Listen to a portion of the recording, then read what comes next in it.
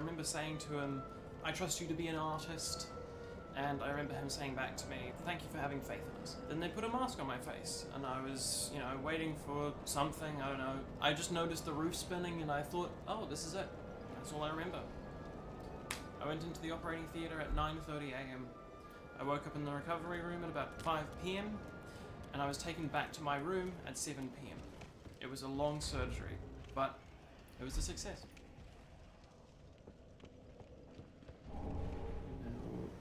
Like that. And get a little bit further away. Same sort of distance. Okay. The day after part 1 of the surgery, I came out of anesthetic at about 6 o'clock yesterday, Thai time, and it was pretty rough. Coming out of anesthetic was really hard. My eyes were very stinging, open very long. I was full of tears and my nose was running like crazy.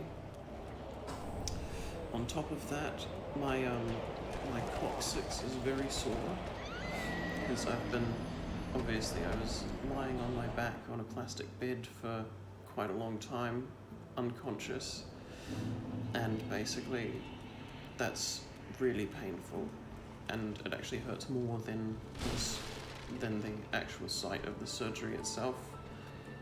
And I've been basically on my side for the last 10 hours. It's now almost 8 o'clock. It's about 7:40. I'm doing a lot better now. My eyes have slowly gone down my eyes. My coccyx is feeling a little bit better, but I'm still on my side. And I've got plenty of sleep throughout the night. And I have no morphine. I just came in and a little bit more immune.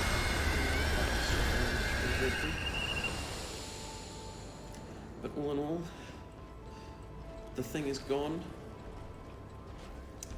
and I'm going to be stuck in my hospital room for about 3 more days with my mum, my lovely mum, who's recording me at the moment.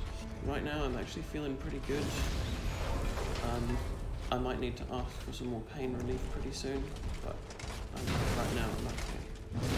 And I'm allowed to eat.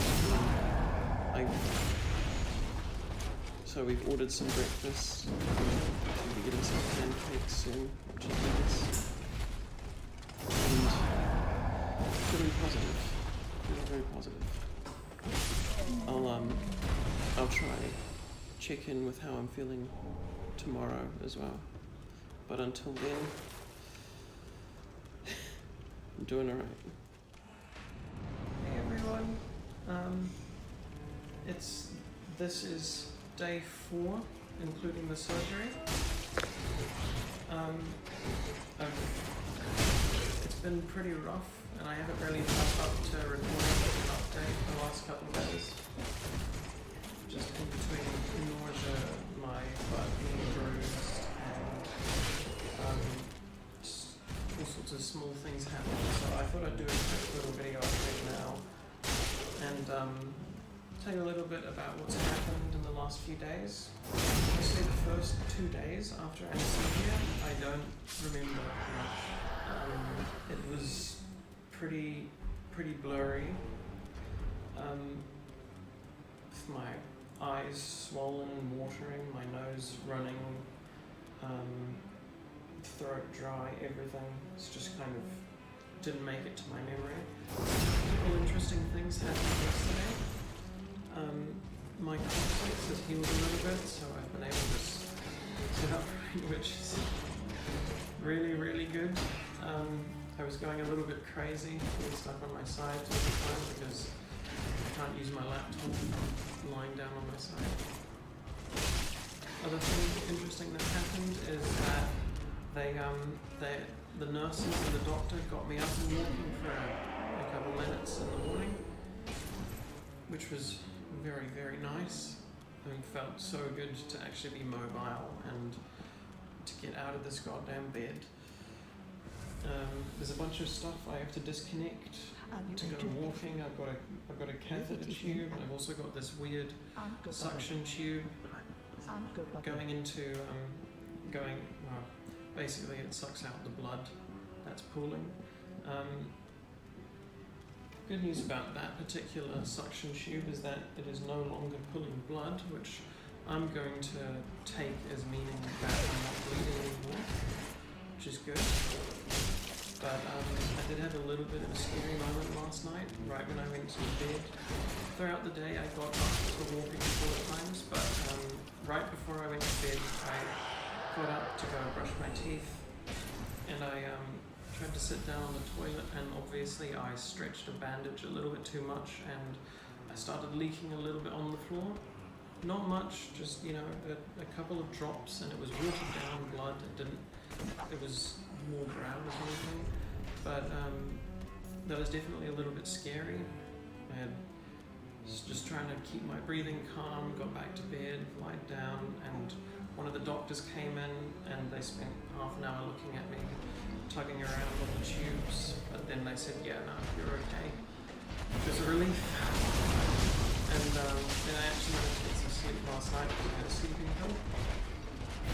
Now today's interesting. Today is part 2 of 3 of the operation now. This is a pretty minor part. All they're doing is they're going to take me down, they're going to put me on some gas, and they're going to replace the packaging inside my wound. Basically just replacing the bandages. And then I'll come back here, and then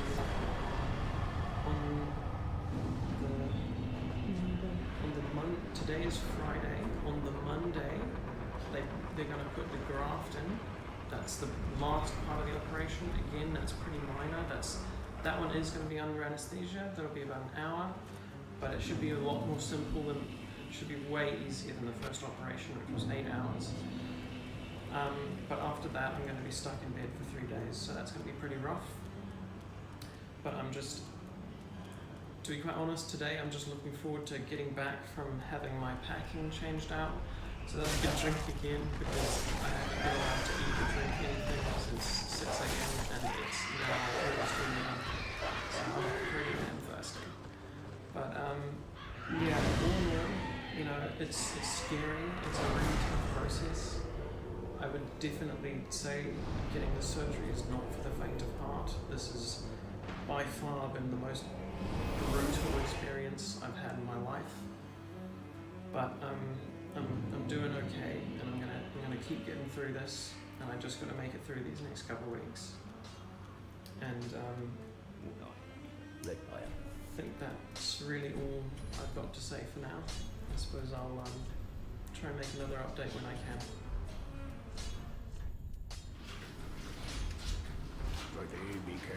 Okay, so it is, I think, day 5 since the main surgery. Yesterday I had all my packing changed out and the bandages replaced. And as you can see, I'm up and walking about. I'm actually, I'm feeling pretty good. I gotta be pretty slow and quite careful, but I am actually feeling more and more mobile every day, which is really awesome, because the days I spent absolutely stuck in bed were really hard. But I'm feeling a lot better now. I'm just glad that I can get up and walk around. At the moment, the main problem is that I haven't pooped in 6 days. Hopefully we'll sort that out. But yeah. Come over here and we'll have a look out the window. It's about 7 p.m. here in Thailand on September the 23rd or something, I'm not sure. And out here we've got a lovely view of the cockpit. I can't go there anymore.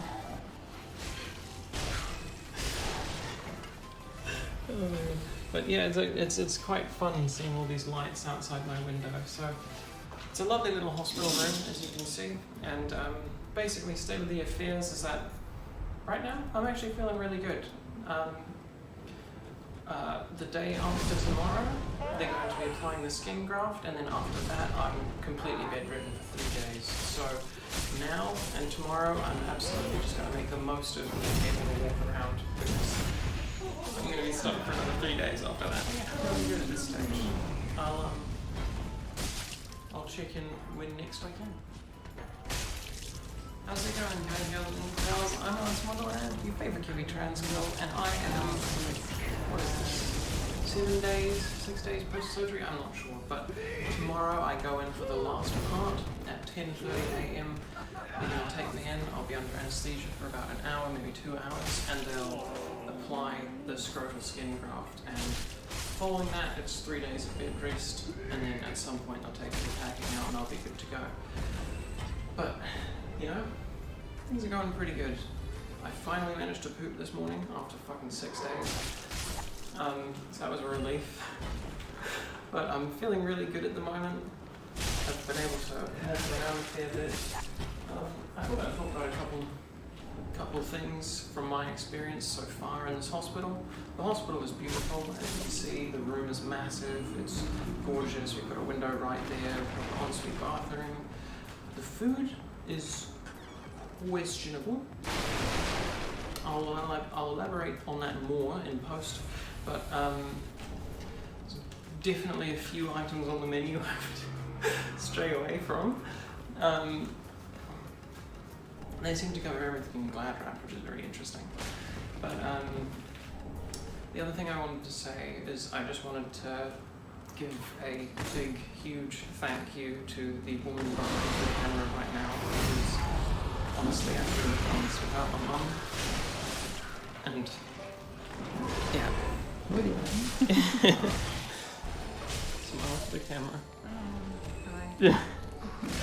I know she's a bit camera shy, but seriously, I could not have done this on my own. I've still got so far to go, but I needed my mum. Isn't it lovely? I love you, Mum.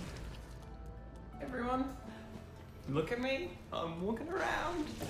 Oh my god, it has been, I think, 9 or 10 days since the big major surgery, and a few days ago I got the graft put in, and I've had to suffer through 3 days stuck in bed, recovering as the graft sits. But now, just this morning, huge update, the doctor came in, unplugged everything, my catheter, my vacuum, my bandages, the packing, IV drip, and I'm up and about, and I have a vagina.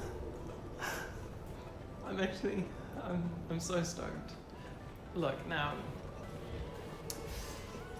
tomorrow they're going to teach me how to dilate and how to take care of it in the near and distant future. But yeah, I mean, that's the worst of it done. As you can see, I'm up and looking about now. Wow. So, how has this all been so far? Well, as I said in previous updates, my coccyx was really sore, and the first 2 to 3 days of recovery were absolute hell for me.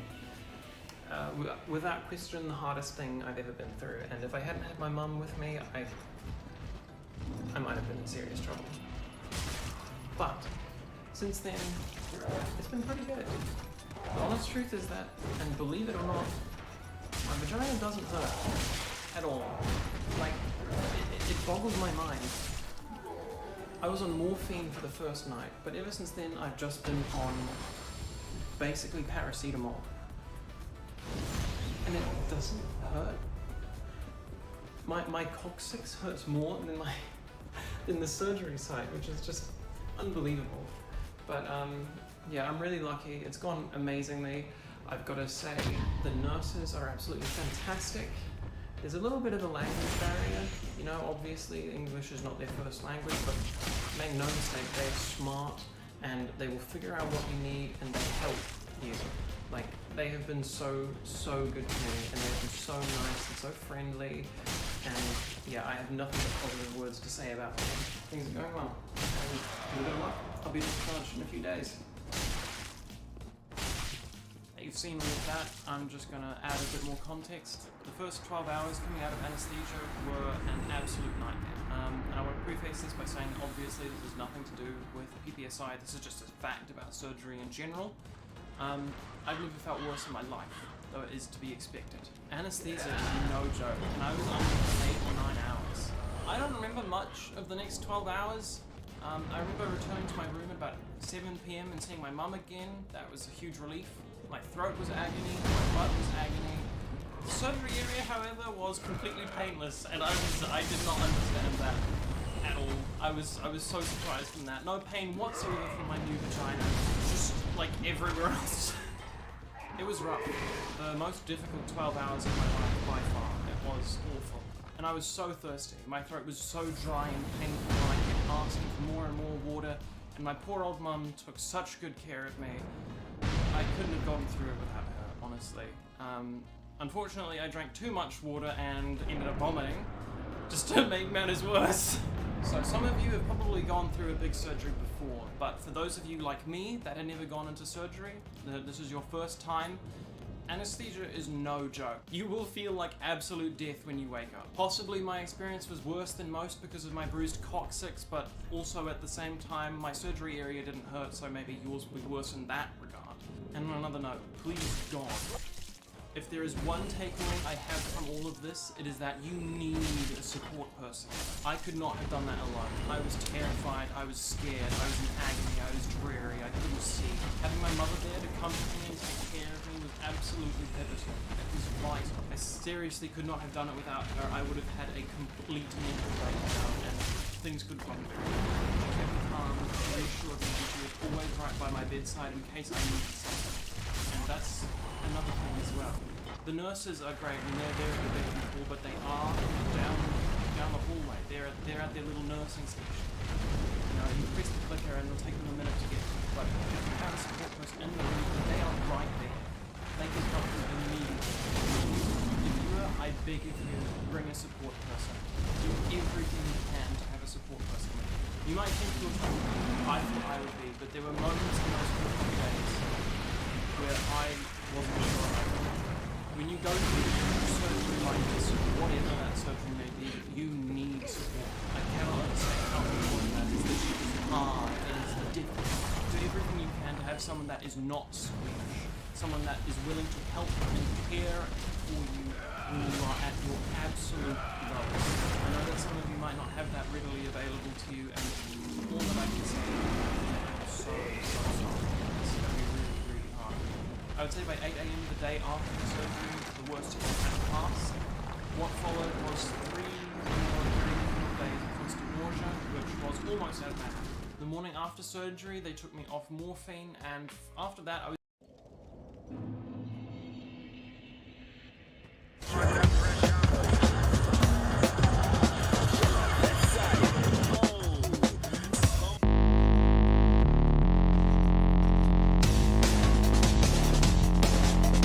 Underdogs might just be the best Quest 3 game available right now.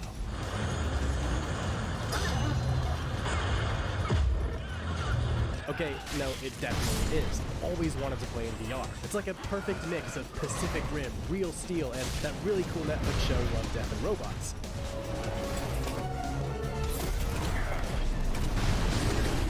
But this game has an amazingly unique identity of its own, and I cannot wait to show you what it's all about. This video is sponsored by them, but they have no control over what I say. All of this excitement and praise is truly genuine, so hear me out. Because if you don't, well, you'll be missing out on some of the best physics-based destruction I've seen in VR.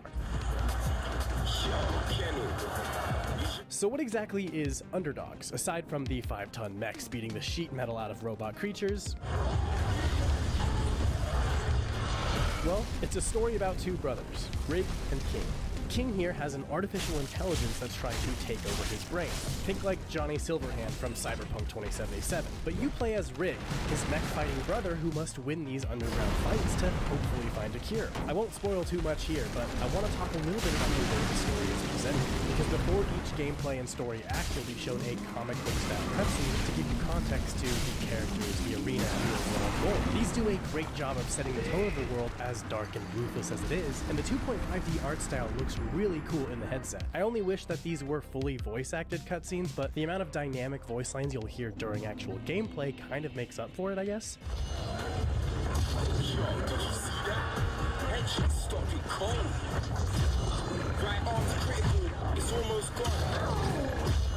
So let's talk about the gameplay. And where do I even begin? You know it's going to be a good game when just the basic tutorial is incredibly fun? This game is insane. Look at this. Okay, ready? Yeah, but faster. Wow. But the first thing to mention is the movement. I know not everyone will be a fan of it, but after hours of playing, I can't imagine it any other way. It's a grab and pull system, very similar to Knock if you've played that, so there's no joystick movement here. Which is good news if you ever get stick drift, but it works so well for this style of gameplay, because you'll be throwing yourself into enemies, bashing them away, swinging your arms wildly to punch while moving, and it's a ton of fun because it's able to create a true sense of weight and momentum, which is an essential contribution to feeling like you're actually piloting around a 5-ton mechanical suit. Tight in the defense, bruv. Can't let him get through to you.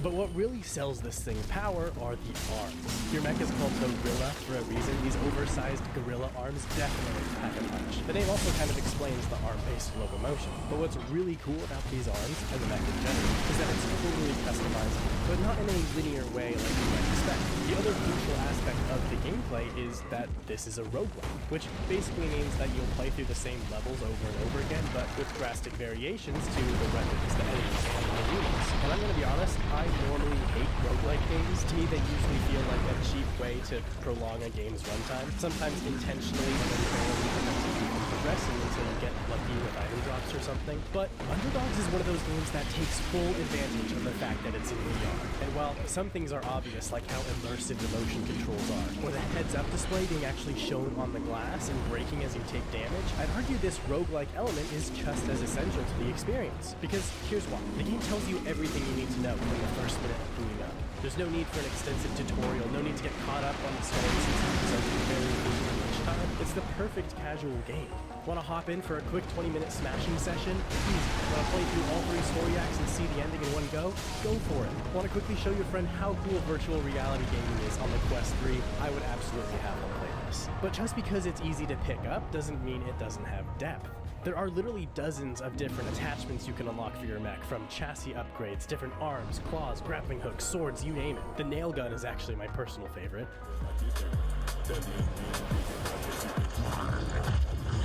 Whoa! You just nailed that bomb.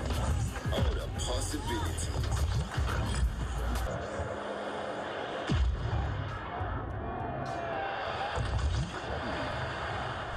And some of these can completely change how you play, and each run you're likely to encounter something totally new. There's a place where you can see how many of the attachments you've actually unlocked or seen throughout your playtime, so you know how much of the game you still have left to uncover. This variety keeps the gameplay always feeling somewhat fresh, while sticking to its amazing core mechanics of punching and throwing. Seriously, the physics and destruction here are awesome.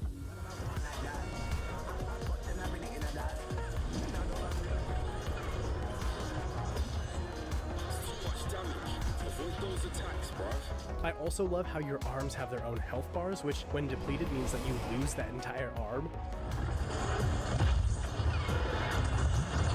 No more right arm. Shit, bro, swing that left. It is such an intense but thrilling struggle to have to punch and move with the same arm as you're being swarmed with enemies. I also kind of love how annoying these enemies are to fight. The fact that they can grab and yank your arm out of your control is such a weird feeling in VR, and I will never get tired of punching these guys midair. Come on, jump at me! Hurrah! The weight and sound of that is just perfect. Jump at me! Yeah.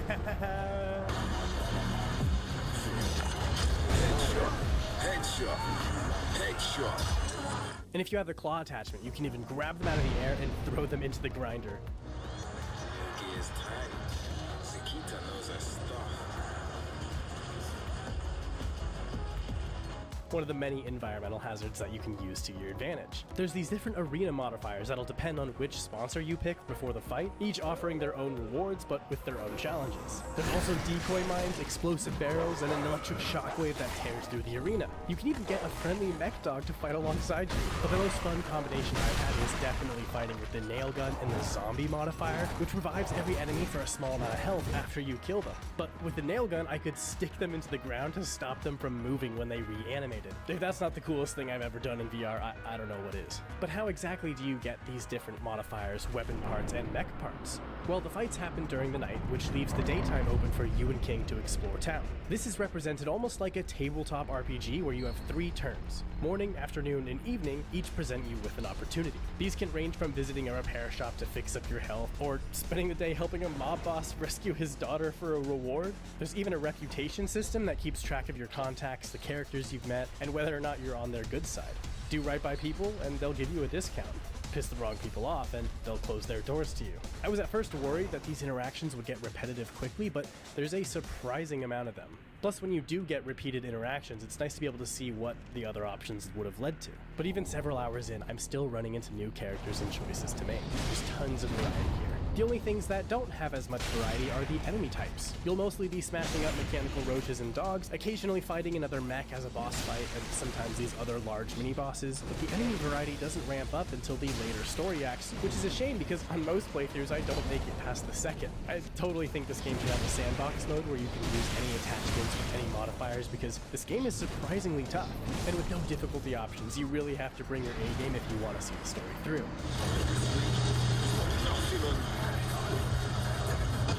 God, yo, Rick, talk to me, bruv. Rick!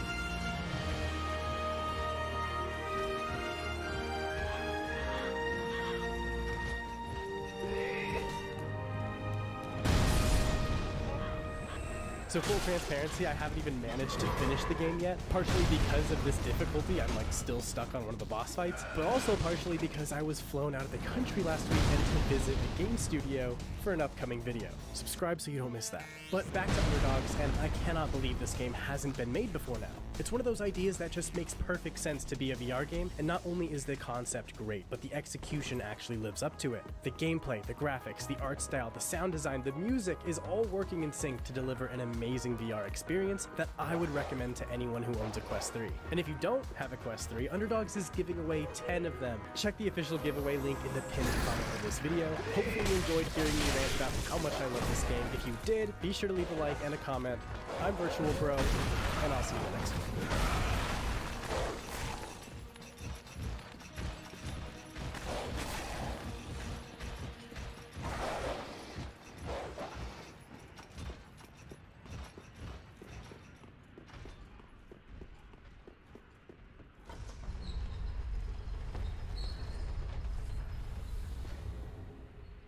Hey there, I have been...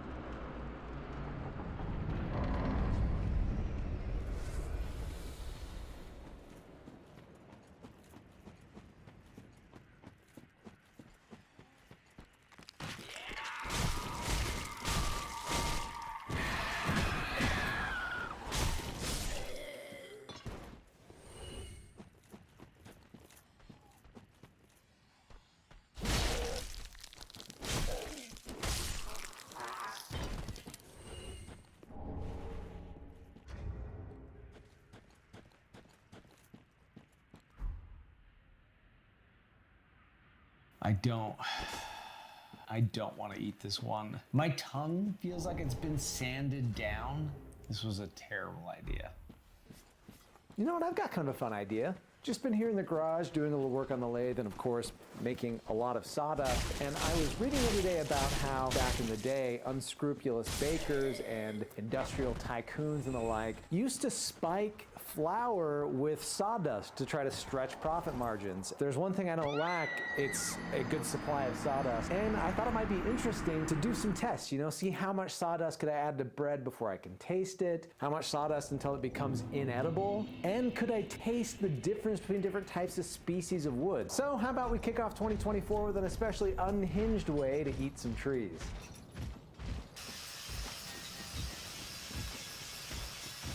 For the first experiment, I'm going to add an increasing amount of sawdust to different loaves of bread to see just how much you can add before you start to notice it, and also how extreme you can go before it gets inedible. I went with maple wood sawdust for this one, since I imagine anyone who's trying to sneak some sawdust in bread might choose maple.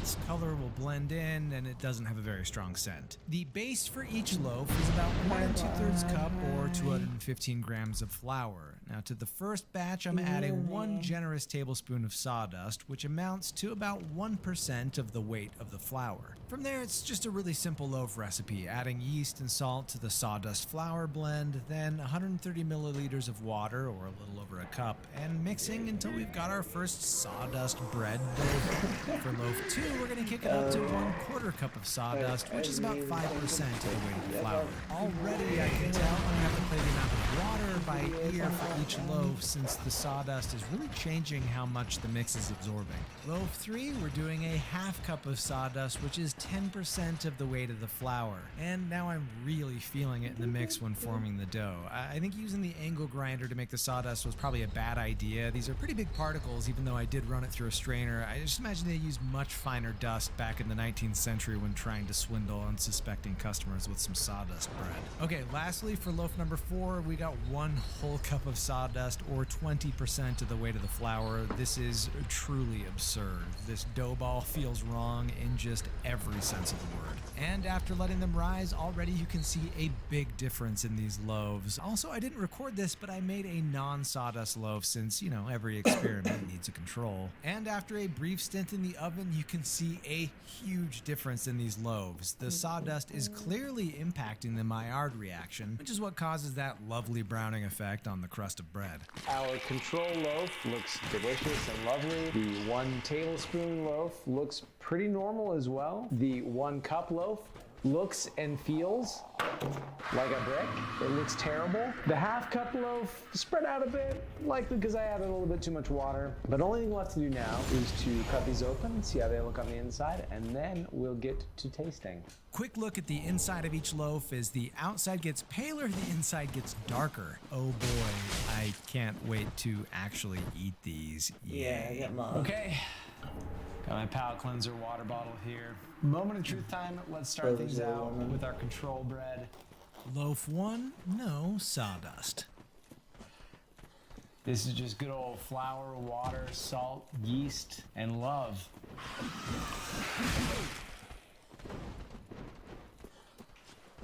Yeah, that's bread with no sawdust in it. Fun fact about sawdustless bread, it's delicious. Loaf 2, 1 tablespoon of sawdust. Knowing there's sawdust in it and eating it back to back with a regular piece of bread, I feel like I get just a tiny bit of something extra in there. Not a strong flavor so much as like, it just feels like as I chew, there are some pieces in there that I can't chew through, if that makes sense. However, you could have fooled me with this one.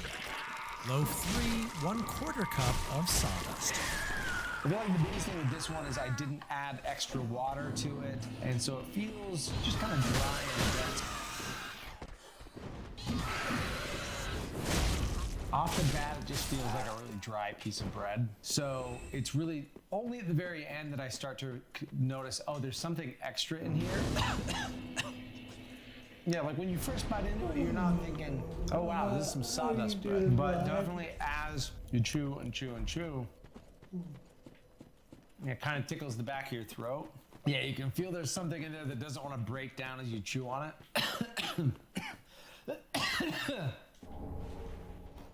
Low 4, 1/2 cup of sawdust. Actually feels like it might be easier to eat than the quarter cup because I added more water to it, so it doesn't feel quite as dense.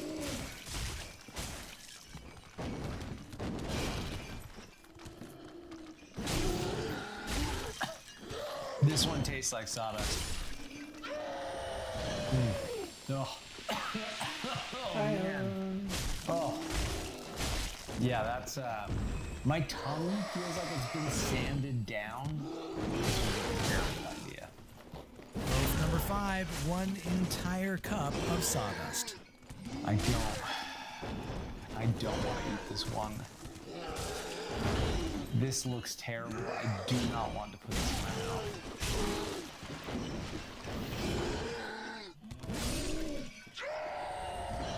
Oh my god.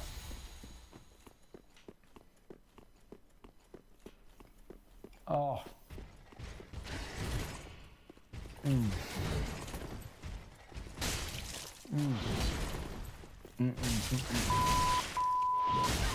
Oh man.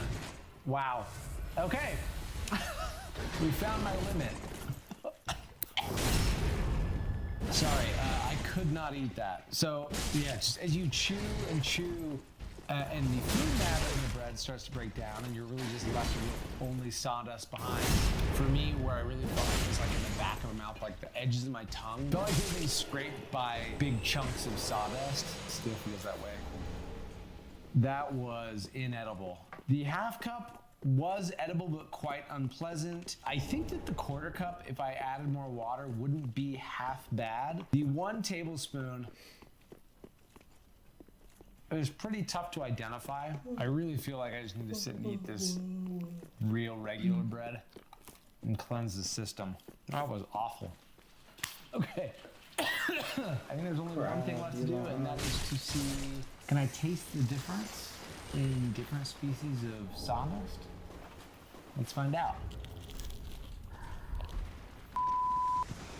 But first, it's time for some woodshop nonsense. Okay, so full disclosure, I was really stumped for the woodworking portion of this episode for a long time. There wasn't really a clear tool or item to make that jumped out as like a perfect fit. And if you've watched this channel before, you know I especially like to make something out of the wood from the tree that I'm using in the recipe, but this taste test is going to involve multiple species of wood. So without a clear idea as to what I was ultimately going to make with it, I decided to just start by planing, cutting, and then gluing together the 6 different species of wood whose sawdust I'll be later adding to 6 small bread loaves for a blind taste test. Those species being black walnut, western red cedar, white oak, black cherry, hickory, and pine.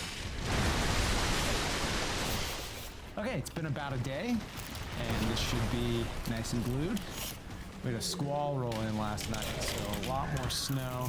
Garage got cold, but hopefully this guy right here kept it warm enough. This feels solid. I really like the idea of throwing this on the lathe. I think I'm going to make this into a lidded box. So, since we're a little long on this end, what I'm gonna do is take it over to the bandsaw and cut a small piece out here. That will be our lid, so we'll kind of have this end grain lid. Our best bet is going to be like a thick walled box going this way with horizontal pieces. I kind of like that. Yeah, because that'll be like a fun contrast. So I think that's what I'm gonna do. We'll make this the bottom, this the top, lid from this. Okay. While I get to measuring and cutting, let's real quick talk about the history of adding sawdust to bread. This is likely a phenomenon that's existed as long as unscrupulous people have been selling baked goods, but it wasn't until the 1800s, around the Industrial Revolution, that the practice became a problem. As populations in urban centers grew and baking transitioned from small, locally run outfits to mass-produced industrial factories, adding all sorts of fillers to flour became a quick way for industrialists to quickly and easily pad their profits. Sawdust, alum, chalk, and ashes being the most common culprits. You are most likely to encounter this in Europe, where cities were more urbanized and industrialized and wheat was less plentiful, but there's not a ton of evidence that this was widespread or rampant. But it did happen, and thankfully for all of us consumers, these shady tycoon behaviors led to the rise of regulation and modern food safety practices, so this isn't something we encounter much anymore unless you run a YouTube channel all about trees and wood and you have a semi-regular series called Eating Trees and you're getting kinda desperate for those sweet, sweet views. Anyway, I wouldn't know anything about that. The box is coming along well, though. If my bandsaw had more clearance, it would have definitely been way easier to rough cut it out on that first. It was a bit of a challenge to turn down those corners. Some of the species really wanted to break off in big old chunks, while others were kind of stubborn, but it's turned down to round now, so just cutting a recess or a tenon into the bottom here, which will allow me to flip this around and hold the piece so that I can carve out the inside. Alright, so this is actually kind of coming together. So just gonna turn this around. There we go. Look at that. So I'll take this ring off, start coring out the middle, and then it'll be time to make the lid. This was the half that I cut off, a nice end grain lid. I glued it to this waste block. I'll just want to snugly fit that in there, and that'll be our lid. So let's take this off now. The easiest way to hollow out a piece like this is by using a Forstner bit, and yes, this is the largest one I have. It'd be a lot easier with a bigger one. Just drilling as deep as I can. The nice thing about this box is I know I need to stop drilling as soon as the cedar shavings show up.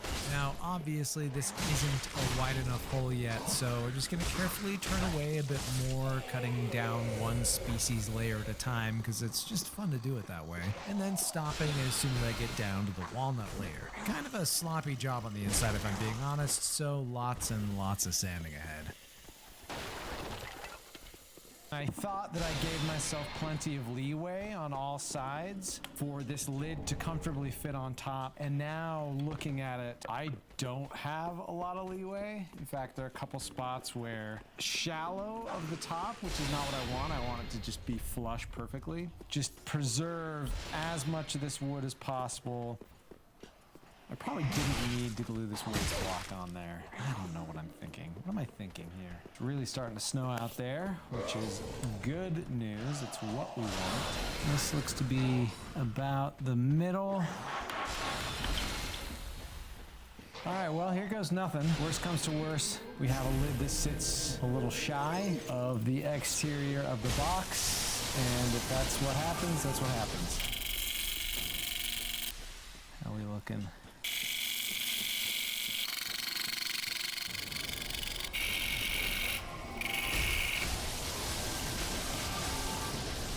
I'm okay with the waste block. It probably wasn't necessary, but it is going to give us a little bit more flexibility. Let's keep going. Just turning a mortise on the waste block there so I can flip the piece around and start shaping the bottom of the lid. I want a really snug fit, so I'm just turning this down bit by bit until it starts to feel pretty close to the width of the inside of the box, and then just hold up the box itself and test to see if it fits. So you see it's still a bit too large, so I'll turn a little bit more off, test again, still a bit too large, and after some more fine-tuning now, it's a little too small. I want it to be more snug than this, so that's where it's nice to have some leeway on this lid here. So I'm just gonna turn it down some more, and before too long, ayo, we got a perfect snug fit. I just carved away all that extra bottom part that was too small, and now it's time to sand the sides and part it off of the waste block. I cleaned up the top of the lid on my benchtop sander off camera, and we're all done. So let's get to the fun part and add that oil finish. This time it's 6 for the price of 1, watching these woods come alive, and never gets old. All right, so I've been letting the oil finish cure for a day. It snowed like crazy. Let me show you.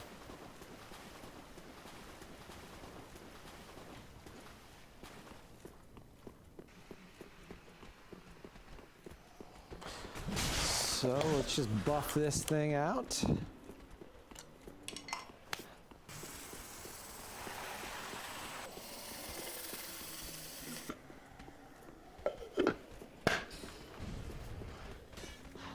All right, got our box of 6 different species of wood for 6 different flavors of bread. It's time to do a blind taste test. Let's go.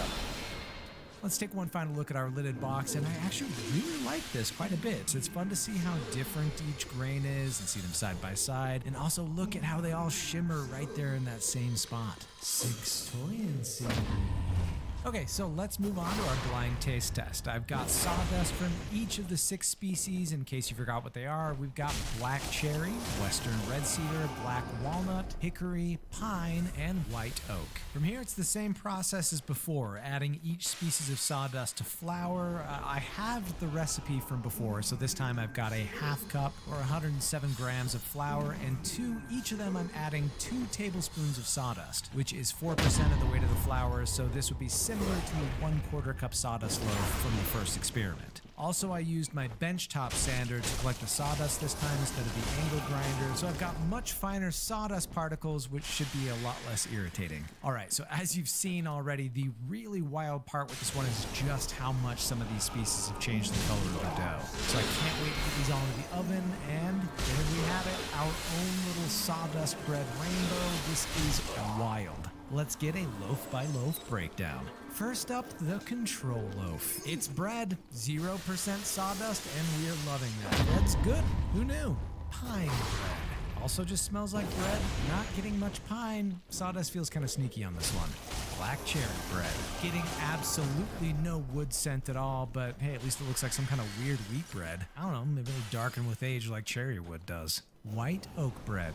I think I'm catching a whiff of oakiness. Not as much as I'd hoped, but I don't know, maybe dunk this one in some red wine for the tannins. Hickory bread. All right, I can barely tell this one apart from the cherry bread. I'm starting to kind of panic about the blind taste test. Maybe I should have gone for toasted hickory dust instead. Western red cedar bread. Okay, this color rules, and there is an unmistakable cedar scent on this one. If I can't pick this one out, then the whole test is doomed. Black walnut bread. Oh man, this is getting out of control. Someone should have stopped me. This thing looks like rye bread from hell, but also I'm in love with the color of it. And here they are, arranged in the same order as the wood in the box. I am clearly having a great time. These are absurd and honestly look really good. This makes the loaf look good on the inside. Only thing that's left to do now is do a little blind taste test in quite possibly the lamest excuse for using something that I've made out of wood for one of these videos. What I'm going to do is put on a blindfold, replace a piece of one of these loaves at random in our lovely 6 species lidded box here. This will be placed in front of me. I will reach into our box, take a bite, and see which one of these 1, 2, 3, 4, 5, 6 species of wood I'm tasting next. Okay. All right. This is flavor number 1. I have not tasted any of these yet, and I am so nervous. Okay. Oh, interesting. This has some sawdust in it. A little worried I didn't add enough sawdust already. But some of these, I could tell we're gonna have less flavor than others. I'm gonna get just a big chunk of this middle part. The crust, I think, is harder to taste. Not getting a strong flavor out of this. I'm gonna guess then that this is cherry. Yeah, I think that's cherry. I didn't get like a strong flavor out of it. My suspicion is that the weak flavored ones are going to be cherry, hickory, and pine. So for now, locking that in as cherry, and place this right here, and I'm ready for my next piece.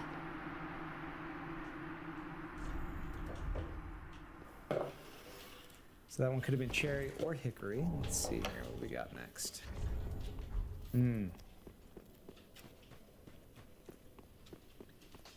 Okay. Right away. Oh, this one is obvious. Wow. Out of all of them, I thought this would be the one that would impart flavor to the bread the most. This is cedar. Locking it in, 100%. I know this one's cedar. I probably should have added a bit more sawdust because this one didn't even feel uncomfortable to eat like some of those really heavily sawdusted ones. I also used a different way to gather the sawdust this time, so it wasn't as, the chunks weren't as big. So I think I could have gotten away with more sawdust. And honestly, this one was kind of pleasant and it smelled lovely.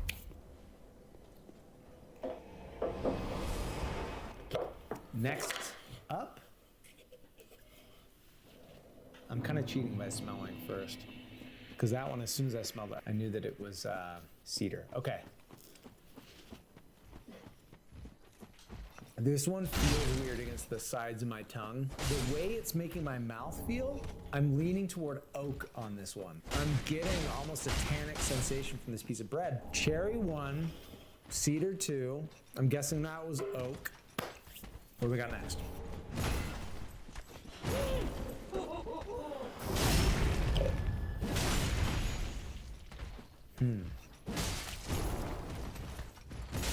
This feels to me like the one with no sawdust in it. Which, if this is like one of the ones with sawdust in it, it's a big victory for that species. Yeah, I'm guessing no sawdust in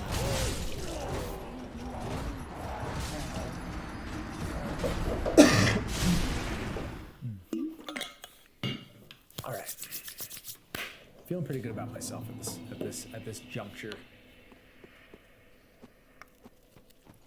Now I'm starting to wonder if this one was oak. What I should have done if I'd been smarter is I should have like given you the leftover bits from the one I tasted so that I could say, give me back number 4. And I could retaste that oak one that I thought was oak. This might be oak and the other one was hickory. The one I thought was oak was hickory. I want to look at this so bad. I can't tell if I'm looking at it. I am. I can hear you. I'm gonna say this one is hickory. I'm gonna stick with my original thought. Reserve the right to change my mind later. So far, the only one that I'm like 100% confident on is cedar. That one was just like so clear. This doesn't smell like anything. This has got no smell to it. Oh. Oh. That tastes terrible. Oh, wow. Oh. That is bad. Oh. Oh, that is foul. It has this really bitter flavor that makes me think it might be pine because of the high resin content in that wood. So I'm guessing pine for that one. Oh, whatever that last one was, awful. Just awful. Okay. Okay. Wait a minute. Wait a minute. Suddenly I'm rethinking everything.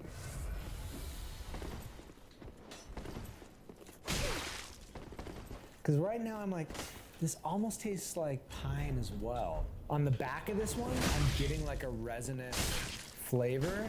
Do you want to I don't want to taste that again. That was awful. It was so bad.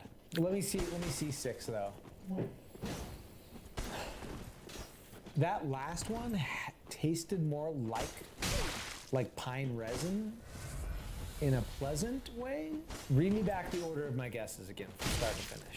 The first one you said cherry. Cherry, locking that in. You said cedar. Cedar, for sure. The third one you said oak. Oak. You said hickory, and you said And the next one, sawdust. Then the next one, number 5, you said oak. Then you said hickory. Then number 6, you said pine. And then for number 7, now you're changing it. okay, number 6, let's say that was black walnut, and then the last one was pine. Because the last one had like, it had a piney taste to it, and there's just like, I can't identify, whatever that bitter one was so bitter. Yeah, I'm gonna lock those in. I'm gonna lock those in. All the answers locked in. I feel happy with my guesses. I'm taking the blindfold off. Okay, first I guessed cherry, and it was Cherry! hey! Okay, second, it was cedar, right? Cedar. Yeah, I knew it. That one was like so obvious. It's kind of nice. Kind of into the cedar bread. 3. Hickory! It felt really tannic. It really did, but I was wrong on that one. Number 4 is no sawdust. That was a bomb. Bread, Tastes way better with no sawdust. Hot take. Okay, and it's fine. It was oak. That one was oak. Okay. So you So I swapped the hickory and the oak. Number 6, you said pine, and you changed Yeah. it to walnut. It was walnut. This is bad. So the last one was pine. So the only thing I did was swap the hickory and the oak. I was confident I would get oak. This is hickory. This is oak.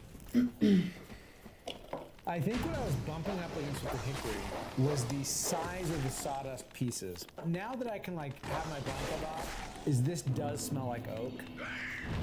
Lastly, let's rank our sawdust breads from least to most offensive. Least offensive, in fact, downright pleasant, if you ask me, was Western red cedar. You get that flavor that you'll get like if you were to eat cedar plank salmon, but in bread form. Next up, yeah, cherry just isn't really giving much of anything at all. It's not really adding much other than just a vague sensation that there's a little bit of sawdust in your mouth. So I think above cherry, I might put, I think I'd go oak. Oak and pine, pretty close to one another. You're not getting hit with a very strong flavor at the beginning. You get a nice lingering aftertaste. Same thing with the oak. This is one that now that I'm eating it, looking at it, knowing that it's oak, I can taste that a lot more. I am gonna go hickory after cherry. I think part of this is just the size of the sawdust pad. I think hickory wood has that interlocking grain. And so there's bigger fibers of sawdust in this one. That was that sensation I was getting on the side of my tongue that I mistook for the high tannin content of the oak wood, but instead I think it was just the size of the sawdust particles. Bottom of the list by a substantial amount, I mean like all the way over here, is black walnut. Really bitter, almost like that toxic bitter flavor where my brain is telling me this is not good for you. What you're eating are almost like a chemical like flavor. Really bad, not a fan. So this has been a lot of fun. Thank you all for indulging me on this, my most chaotic of ideas to kick off 2024. I've been threatening to just straight up start eating wood for a while now. I'm glad that we can experience this together. So don't do this at home. Just if you want to bake some bread, just bake some bread. Don't put sawdust in your bread, even though some of these were just fine. Okay. Bye. Thanks again to all of you for watching this. Fingers crossed that walnut bread doesn't poison me tonight, or that I don't have like a big ball of sawdust sitting in my stomach for the next 3 weeks or something. I guess we'll find out together. But while we relive the memories of me suffering through that heavy sawdust bread from earlier, I want to give a special thanks to my patrons and members whose names you're seeing here, as they're helping to keep this channel alive and make it so that I can spend the time it takes to do bonkers experiments like this one. If you're looking for a way to support the channel, you're already doing it just by watching this video to the end. But hey, if you want to hang out on Discord with us or watch some extra content and also see your name pop up there with all these good people, then head on over to my Patreon or join as a member here. I'm working on a couple pretty big episode ideas I'm really excited about. For the next map piece, I'm going to try to get out to that state and show you some really cool stuff that has to do with the tree I'm using. So any support would help me get that kind of stuff off the ground. But yeah, I understand everyone has the opportunity, so just watching is all I really need. So thanks again. Don't add sawdust to bread. That's my final message for the day. Okay, we'll see you next time. Bye now. Hello?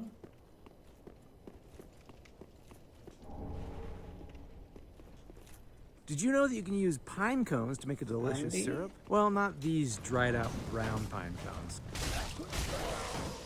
but these unripe green pine cones. You see, before a pine cone reaches maturity, where it turns all brown and the seeds are ready to go, there are these green sappy things, and you can use them to make a delicious syrup. Let's give it a try. Harvesting is really simple. Just pick some unripe cones from your nearest conifer. They can be really sticky though, so I recommend using gloves. These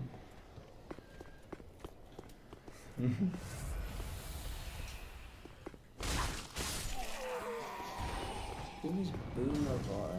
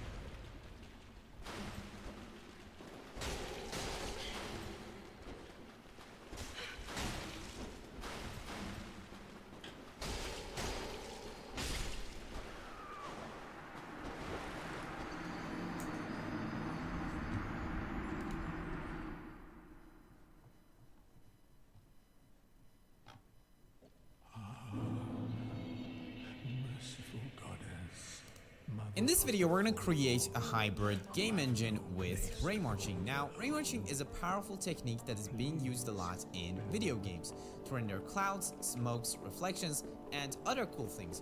But you can use it to render 3D objects using a technique called sphere tracing. Now, the amount of games that gets shipped every year with this technique is 0.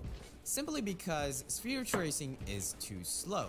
So today we're going to build a hybrid solution. We're going to take our normal game engine, which has a character controller with physics, and we're going to create a ray marching engine separately, and then we're going to combine these two to get the final result. So all of this should be super duper easy, right? Right. So we're going to take our normal engine and add a post-processing shader. This shader is going to run for every single pixel on the screen.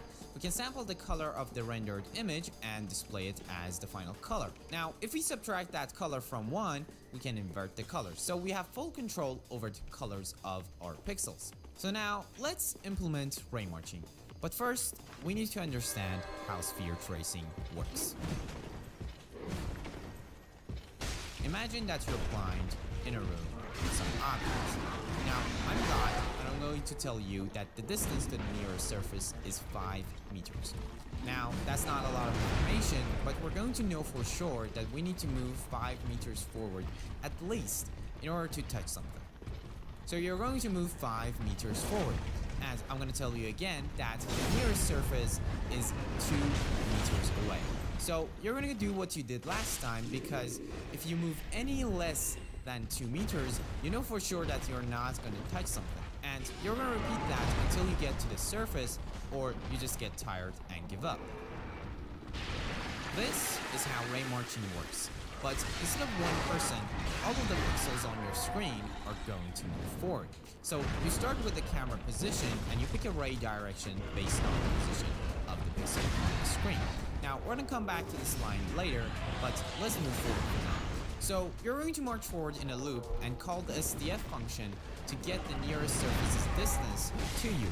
Now when the distance is less than this epsilon value, you know that you've hit something. So for now, I'm just gonna draw white on the pixels of the screen. Now for the sign distance function of our scene, we're going to pick a cube's SDF. And all we have to do is define an origin and the size of the cube. Now, if we take a look at the result, we can notice that something has went wrong. And this wasn't too hard to figure out because the ratio of the width and height of the box doesn't match what we have in the code. So to fix this, you need to take the aspect ratio of the camera into account. So all you have to do is multiply the uv.x by the aspect ratio. To test the result, I'm going to add another cube with the same position and size to our normal engine, which renders triangles. Now, if you take a look at the result, the two cubes do not match. And when you move or rotate the camera, it's even worse. So what I'm going to do is I'm going to update the camera's position to match the camera position in our normal engine. And to fix the camera's rotation, we can apply the camera's quaternion to the ray direction. And to make things a little bit simpler, we can put all of this code into a get camera to pixel function. Now if we run this, we can see the result has improved, but the cubes still don't match. And that's because we've overlooked a very important implementation detail. Ray direction equals a 3-dimensional vector with UV as its x and y components, and 1 as its z components. Now, naturally, I experimented a little bit with this number and arrived at the number 1.3. Now, 1.3 makes everything look perfect in our scene. Why is that? What is 1.3? In this point, I can move forward and, not care about this number, but that's not how engineering works. So I went into a deep thought to understand where this number comes from. So let's take a look at a simplified version of the problem. I have 2 cubes and I have 2 scenes. And for the sake of simplicity, for the rest of this video, I'm going to call these scenes the real and virtual scenes. The real one is the one that is rendered using triangles, and the virtual one is the one that is rendered using ray marching. I also have 2 cameras which need to render their scenes. Now, if our cubes have the same position and size, then why is there an inconsistency between the 2 renders? You guessed it, the 2 cameras need to have the same settings. Now, to fix this, we need to explore how perspective cameras work. Let's say we have a camera in space that is looking at a certain direction. Now, in computer graphics, we have this concept of near and far plane, simply because the computer is not able to handle infinite precision. So we need to limit the rendering area in order to avoid these precision issues. Now, if we draw the lines that go from the camera to the 4 corners of the far plane, this is going to shave the camera's frustum. Now, we can also change the angle between these 4 lines, which is called the field of view of the camera. Now, in real cameras, we have this concept of an image plane, which forms behind the camera. But in 3D graphics, this doesn't exist, and the image plane is simply imaginary. But for simplicity, we're going to assume that it's on the near plane for the rest of this video. So if we move the near plane forward, the object will no longer be frustum, and as a result, we won't render it. But this description of the perspective camera doesn't quite align with how the camera in ray marching works. Now, because I was confused about this 1.3 number, I deleted the get camera to pixel function and decided to rethink and rewrite it. So let's think about the camera's viewing frustum again. The rays that we're gonna shoot are all going to be inside the viewing frustum of the camera. So let's consider the 4 rays that are going to hit the corners of the far plane. Now, if we extend all of our rays far enough, we can assume that every ray is going to hit the far plane somewhere in the middle. So with that key piece of information in mind, we can again assume that every single ray is going to hit the far plane in some world position. And now if you calculate that world position, we can subtract the camera's position from that, normalize the result, and get the ray direction that we want. So now all we have to do is calculate the far plane's size, use this algorithm to get the world position of the intersection point, and then normalize it to get our ray direction. Notice that we don't need to subtract the camera's position here simply because this vector is already positioned relative to the camera. And now everything works beautifully. By the way, if you're still curious about what that magic number was, 1.3, you can calculate it with this algorithm. Notice how it takes the field of view of the camera into account. Now, I found this algorithm in a game dev forum way after I found my original solution, but both functions are mathematically correct and will give you the same result. Alright, so now, after rather a lot of work, we can render some objects correctly. So now let's use some of the cool powers of ray marching and merge the geometry of our cube with the objects in the scene. So I'm going to add a sphere that is going to intersect with our cube, and for this to work we need to have the SDF of our scene. Now, Unreal Engine calculates the SDF and stores it in a 3D texture, but that's simply too much work. So instead of that, we're going to do a simple trick.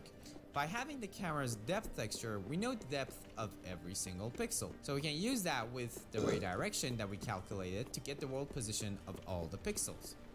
And we can always calculate the distance to that world position, and that's how our SDF of the real scene is going to look like. Now, I know that this isn't mathematically correct, but we can use this fake SDF to do what we want. So we can smoothly merge the geometries of our virtual cube on the real scene by using this smooth min function, which I grabbed from iQ's website.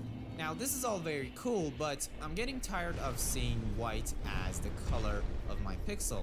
Let's add some lighting and let's make this better. So I'm going to gather all the lights in the scene in an array and add some lighting.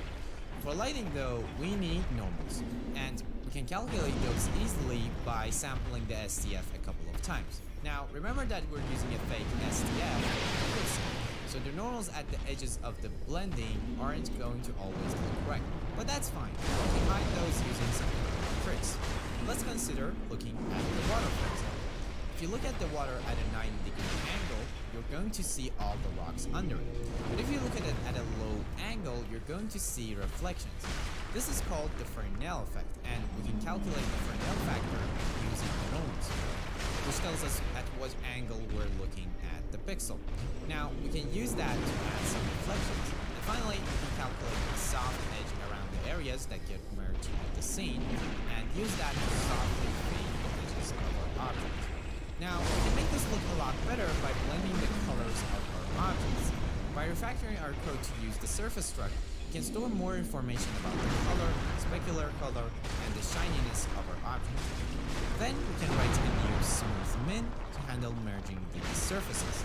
But blending with the color of our real scene doesn't really look good. So let's just blend between the colors of our virtual objects. Finally, we can add some wobbly noise to our spheres to push the distances to the spheres around in the direction of the normals. Keep in mind that we can calculate the normals of the spheres very easily because it's just a vector from the center of the sphere that goes to the surface of the sphere. Next, we can add some physics to the spheres and push them around. And let's add a shooting impulse to the collider whenever the player clicks the mouse, making sure to push the object in the camera's direction. And now I can shoot some blobs around. Fantastic. But unfortunately, as the number of these blobs grow, the slower my game becomes. And at this point, I'm thinking about implementing some performance optimization tricks. So while researching, I came across this paper called Enhanced Sphere Tracing. And the idea of it is very simple. Sometimes when we shoot our rays get really close to the surface of an object, but never touch it. We can speed up this process though by increasing the real nearest distance just by a little bit. And this way we can sample less points along the way, but this means that if we get to an object, we're going to pass right through it. And to handle this case, we're going to check if the sign distance to the nearest surface is negative, and if it is, that means that we're inside the object. So what we're going to do is we're going to go back one step, and from that point use the real distances again. Quick pause here. So I just want to quickly point out that my approach doesn't match the approach of the authors of the paper. And this is simply because my approach doesn't give you a perfect image. And there are some edge cases that we're not handling here, such as the ray going through the object because the object is too thin. Now, even though my approach isn't perfect, it produces near perfect results for this specific game, and so I just went with the huge performance boost because the artifacts weren't a big deal. Now, back to the video. We can also increase the epsilon value in every iteration by just a little bit, and that seems to give us pretty much the same result but with better performance. And now, after implementing these optimization tricks, the frame rate improved by a considerable amount without sacrificing too much quality.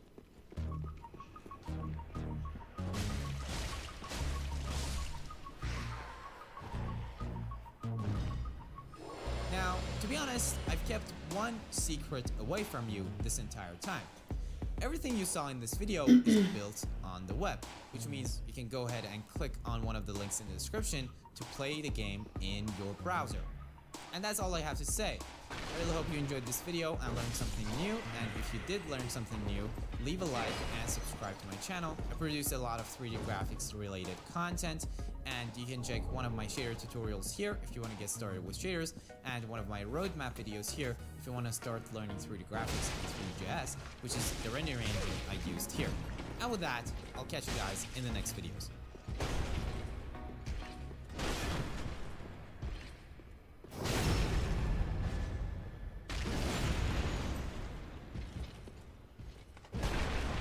Wait, are you actually down to bet $1,000 on this? 1,000? Yeah, 1,000. I don't know about that.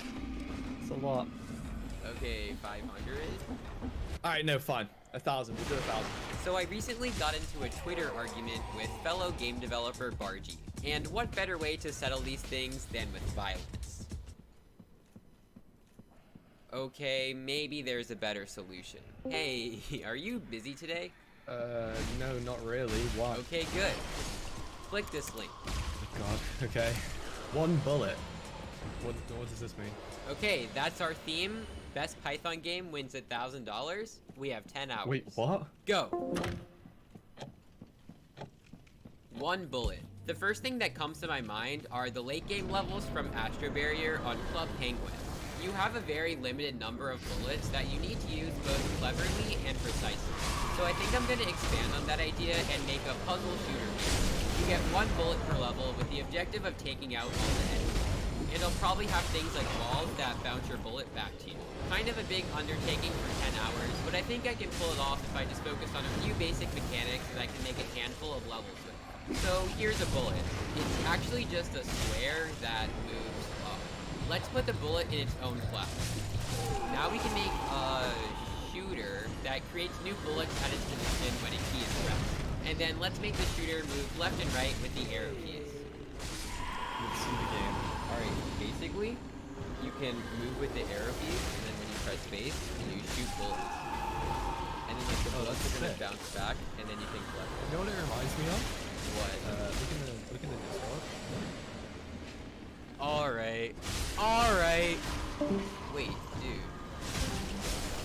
Where's your game anyway? My game? Dude, I'm in the car right now. You said corn snakes, right? Oh, I get it. My phone dude. That's snakes because Python can also mean a snake. Yeah, no, I was joking. Yeah, okay, so how's your game doing? You know what? I realized, yeah, I have to go. What? Well, guess I won't be needing this anymore. Alright, so as it turns out, apparently Python is a programming language. I loaded up the Pygame docs, which I must say are the ugliest docs I've ever seen. But after putting on my green light filter glasses, I managed to get a window rendering on the screen. So my idea is to have a character who can only move using movement. They have a shotgun that propels them in the opposite direction to the direction that they shoot. Easy enough, right? Well, they'll only have a single bullet, so each time they shoot, they'll have to aim towards the bullet pickup, else they will fire, making it a whole lot harder.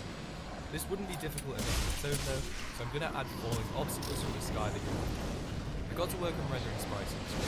With the placeholder and illustrator, it may not look like much, but with the back end stuff, this square is pretty much ready to be moved to stay on the rotation control, such as the gravity. So it's probably going to be much easier. So I made some art for the shooter, which is now a slingshot, and the bullet, which is now a rock. Here's how it looks in game, but I'm pretty sure our theme is one bullet, not 267,258,243,459 bullets. So now you just have one rock, and if it goes off screen, the game resets. I think it's time for some enemies. So let's kill two birds with one stone and make a level loading system that adds new enemies to a list based on the current level, and then a win state that loads the next level once all the enemies have been removed from the list, which happens on collision with a projectile. And there we go, now we can kill two birds with one stone.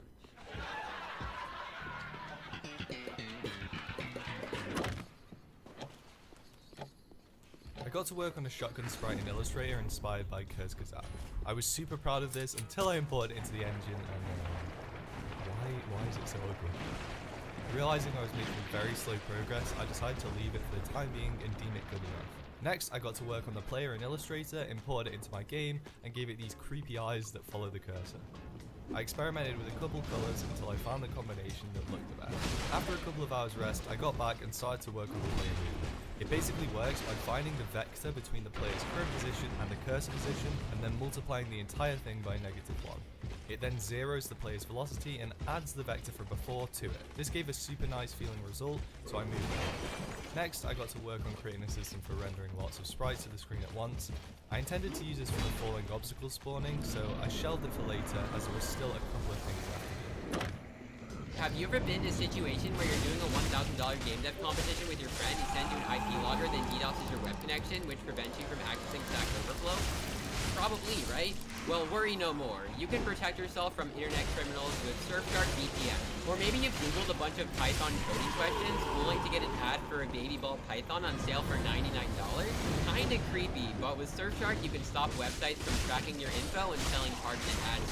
Did someone break into your email and change your Twitter profile picture to the young version of Mr. O'Hare from the Lorax to mock your questionable shirt and hairstyle? Well, not anymore. With Surfshark's Alert ID protection, you'll get an alert when someone tries to log into your email.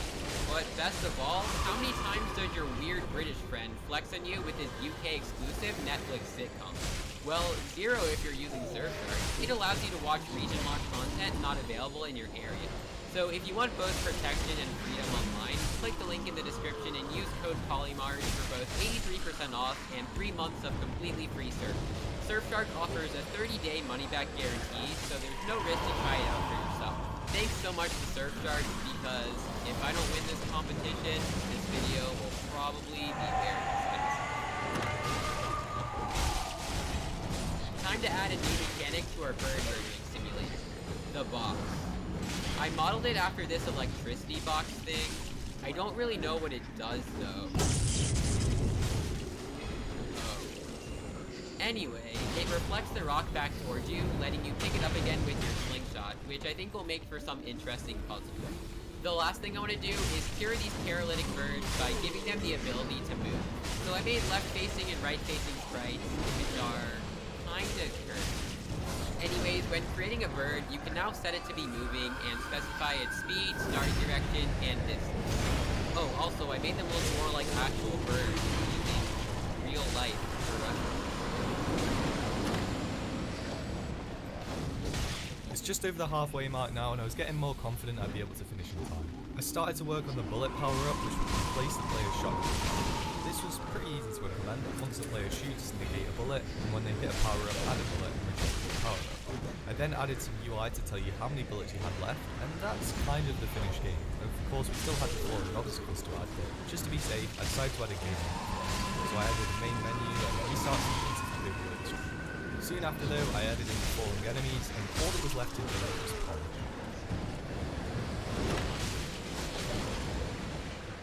So I tried to start coming up with levels, got distracted and added some grass, and now I'm thinking I still don't have enough mechanics to actually make good levels.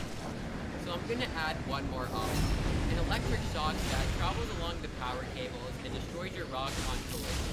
You just gotta steal some movement code from the bird, write an if statement, and there we go. Now let's make some levels.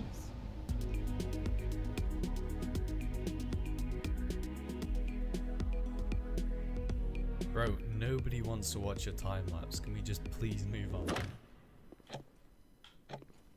The final thing left to do to my game was add polish. So I started by creating a particle system and rendering an explosion effect at the end of the gun when they shoot.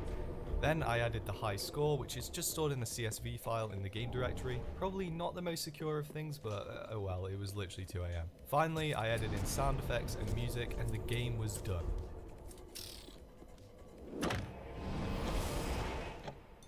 Alright, I'm actually in a pretty good position with 10 finished levels and an hour to spare.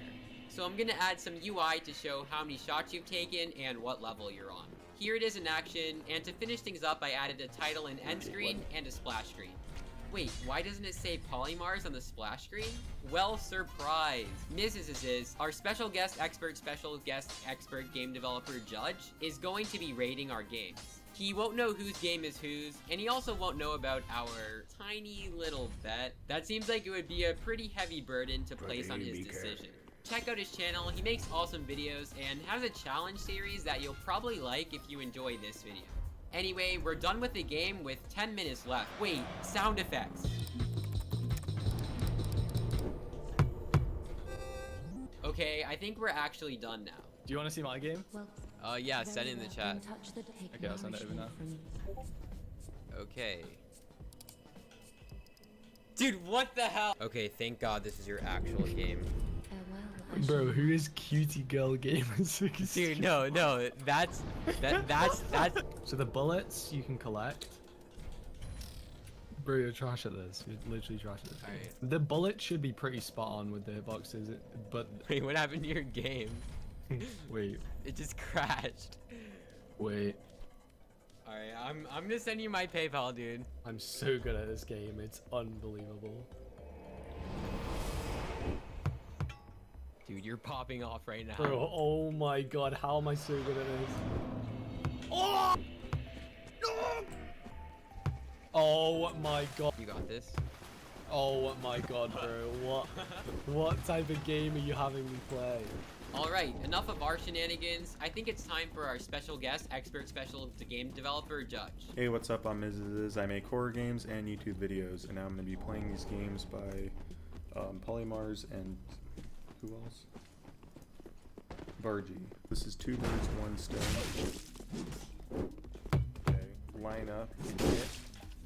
Okay. Do I have 1 shot per level? Oh, okay. I like how I don't even need like tutorials. And then I have to hit these 2. Okay. Now I have to start over. Okay, that's kind of annoying. Kind of wish everything moved faster, except the birds. Alright. And I... Okay. There we go. So I don't want to hit that, okay. I don't understand the logic behind these graphics, to be honest. Okay. Oh, okay, that was cool. I liked that. That was fun.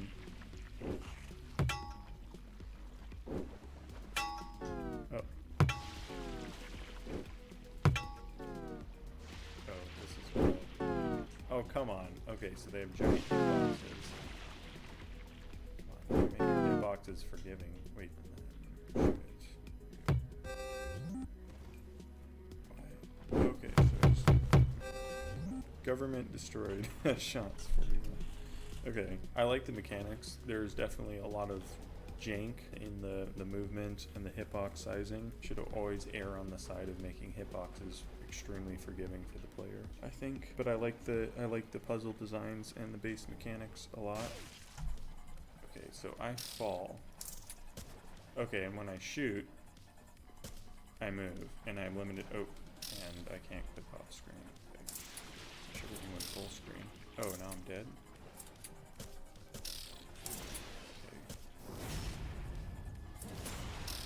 And I can't hit any of the objects. Oh, I do go off screen then. And every time, okay. Oops. Come on. Oh, no. Yeah, I can't click off screen here, so it's very easy to get stuck. Oh. Yep, just hit it again. Is this a pie game thing where it's like hard to make hitboxes work? Okay, I think the mechanics cool. I don't think it really works as a like endless survival mode. I think this would be funner if it was more like a platformer where you had specific pre-built levels and like defined obstacles to overcome. I like the movement, or the movement system with the gun and collecting bullets to get through obstacles, but it doesn't really work on a small screen like this because it's so easy to click off. And like if I get to the side here, I can't really do anything. I'm like kind of stuck if I end up over here. And then again, the hitboxes were an issue. But I mean, I like the base mechanic system of shooting to move. That's pretty fun. After Mrs. sent over his gameplay, I asked him to tell us his favorite, and when he sent his response, I waited to open it with Bargy. Alright. The slingshot! Oh! Let's go! Okay, Bargy told me he sent the money. I just want to quickly verify it.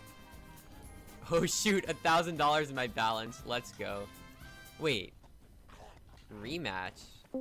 Wait, what do you mean by rematch? I'm just proposing, you know, a little rematch. But this time, instead of using the puny Python programming language, we do it in C++. You think you could beat me if you used C++? Are you joking or something? You're terrible. All of your games have memory leaks.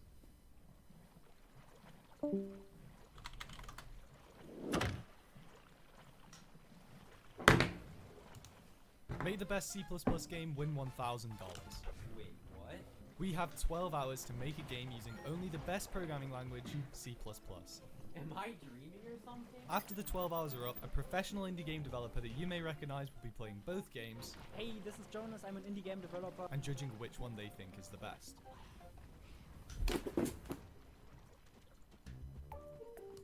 Alright, it's currently 3:25. We have to start at this late because Polymars lives in a stupid country, so I'm just gonna give him a call.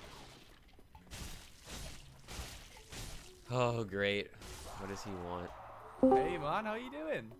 Dude, what do you want? It's the day that we're gonna make the games.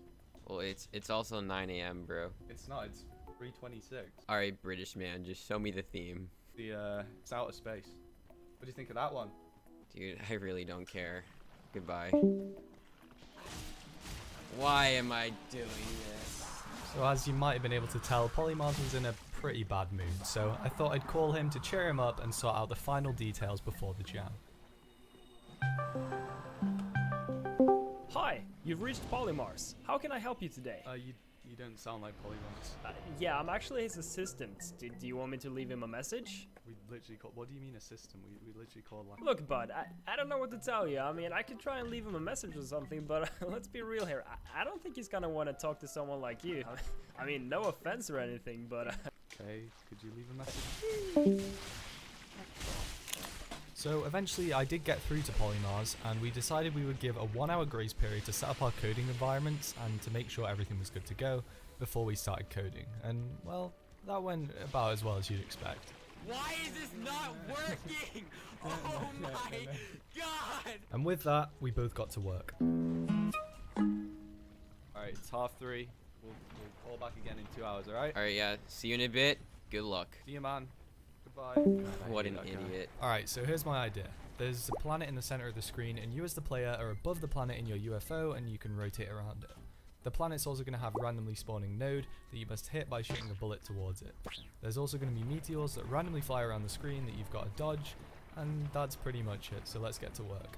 Alright, this should actually be easier than expected. We've already got the planet set up, so I've got some placeholder, now we just need to play it. Alright, it's been an hour, and nothing has changed. And the reason for that is because I couldn't get my debugger to work, so I've decided to become a Chad and just get rid of the debugger. We're just compiling straight away, and that didn't work. So my idea is a small puzzle game with an alien drifting through space. He needs to get home, but you can't control him. You influence his movement by placing down planets with different masses and gravitational pulls. Hopefully I can have around 10 good levels with different mechanics like bouncy walls and spikes. Alright, so it's been around 10 minutes, and basically I have this thing that lets you create planets by clicking with the mouse. Okay, I made a player that is supposed to be pulled by the planets. I don't expect it to work. I kind of made this part up. Don't really know physics. Oh, well, not sure what happened here, but it's definitely not working. Alright, just realized I'm missing plus signs here. Guess let's see what that does. Oh, okay. What if like I make this super small? It honestly might be working. Oh yeah, I think it is. Oh, yo, that's sick. It's like orbiting all the planets. Dude, physics. This is physics. Physics, physics, physics, physics. Well, gonna make that a bit more stable. See you guys then. Alright, I have an idea to make things easier. Pretty basic UFO model. Alright, so I've done a little bit of playing around. Basic rotation working, so we can now bind this to a key, and everything should be okay. Let's see. Alright, so I've now added user input in, so I can hold A and D, all the arrow keys, and go left and right. Awesome. Now what you just saw me do looks really simple on the surface, right? Well, it's a lot more complicated than it looks, because Raylib handles rotations super weirdly. So the smart thing to do in the normal situation would be to rotate the UFO around a fixed anchor point in the center of the planet, but that wasn't really an option this time, so instead I used a little bit of trigonometry to move the player based on its rotation relative to the planet. And the fixed anchor point from before is now central to the UFO. Alright, so before I move on to the coding, I'm gonna go and stretch my legs because it's been 2.5 hours now. What would be cool if I had one of those desks, you know, the ones that stand up, so I could just stand up and do my work, but yeah, there's no way. This video is sponsored by FlexiSpot. They sent over their new E7 desk, a desk I was genuinely intending to purchase by the way, and it's super high quality. I opted for the maple wood top, and it's definitely a step up from the typical IKEA furniture I'm used to having. Not only is it high quality, but it also has a motor that lets you adjust the height of the desk to whatever you want. There's a switch for floating up and down, but also 4 presets, which is a new feature on this desk, which means that it's literally one button press to switch between heights. The desk also features a child lock, which is great in case you accidentally tap it, as it won't move anywhere, or you know, if you have children. And on top of that, it has an anti-collision system which stops it from crushing objects if it gets too close. I genuinely do believe this desk is worth the price, so if you are interested, there's a link in the description. Buying a desk with that link also helps me out, so thanks FlexiSpot for sponsoring this video. How is your game doing, Bargy? It's doing much better than I thought it would be. Do you want to see my game? Yeah, let's have a look. This is the player. He's just like in the sky, I don't know. But you create planets and he moves toward the planets. Oh, that's cool. And then he bounces off of walls. Well, and then if you hit the planet, you die. Yeah, I had to use the inverse square law, bro. Yeah, that doesn't exist. This is like the UI bar. I'm gonna make a few different sized planets. I'm gonna have a few like blocks that he bounces off of, and then I'm gonna have like spikes. Yeah, no, that's really cool and all. Still gonna lose. Okay. Like, this doesn't change anything. Okay. Do you want to see my game? Yeah. Keep telling yourself that. Yeah, no, of course I will, but... Dum dum dum dum. Dum dum. Dum dum dum. Dum. Does it shoot or something? Like, not yet. Oh. I see. You're just taking your time. That's cool. That's cool. You know the story of the tortoise and the hare? Yeah, well that's basically what's happening here. Yeah, I guess we'll see about that. Yes, we will see, Polymars. Yes, we will. Wait, no, don't roll that clip. Don't roll the clip. All right, don't tell Polymars this or anything, but his game is much better than mine right now. We can carry ourselves with the art. We just need to grind out the art, and we need to make the gameplay sick, and we can beat him. Okay? All right. We got this. So the way my gravity works is pretty simple. For every planet on screen, I calculate the direction it is in from the player, multiply that by the planet's mass, and divide it by its distance from the player squared. And I add this amount to a force. Then, after looping through every planet, I add this huge force to the player's velocity. Alright, let's make some UI and let you like pick between different size playlists, I think. First step, I guess, is to make a button class. Alright, so I added these buttons. You can't really tell what they do yet. It basically will let you select the planet that you are currently placing. And right now, all these buttons are set to the 30 radius planet because I don't have any other planet. So that's what we have to do next. Let's go into GIMP and draw some planets. Alright, it's time to make the fat dude. I think it should be like maybe Earth. Not because like Earth is fat, but because it's relative. I'm saying that more. Why is it so... Why are planets so cute? What the hell? They're like, I don't think planets have any right to be this cute looking, bro. Anyway, I'm gonna plagiarize this now. So this is my boy Earth. Let's put him in the game. So this is Mars, and this is Earth. Oh, that's kind of sick. All right, I've done it. This is our character that we're going with. And here he is in game. Not looking too bad. I decided to get rid of the colors. I don't think they look very good, and I'm gonna go with a minimalist style, and I think it looks much better now. Go with that. All right, so with the new art, it looks much better, I think. So we can actually start working on the gameplay now. Ah! There you go, so the planet's now rotating. So I'm now gonna work on adding in the target for the player to shoot. All right, it's taken a while, and this isn't gonna like I've done much. I now have the node rotating around the planet, and it spawns in a random position each time. All right, so I added spikes and walls. So if you see like this, the spike kills you. As you can see, you bounce off of the walls like that. Alright, here's my game. Okay. So there's a few different mechanics I will walk you through. So these are spikes, these are walls. You can like pick the planet you want to place down. So I'll place down Mars. Put the big dude right here. What the hell is that?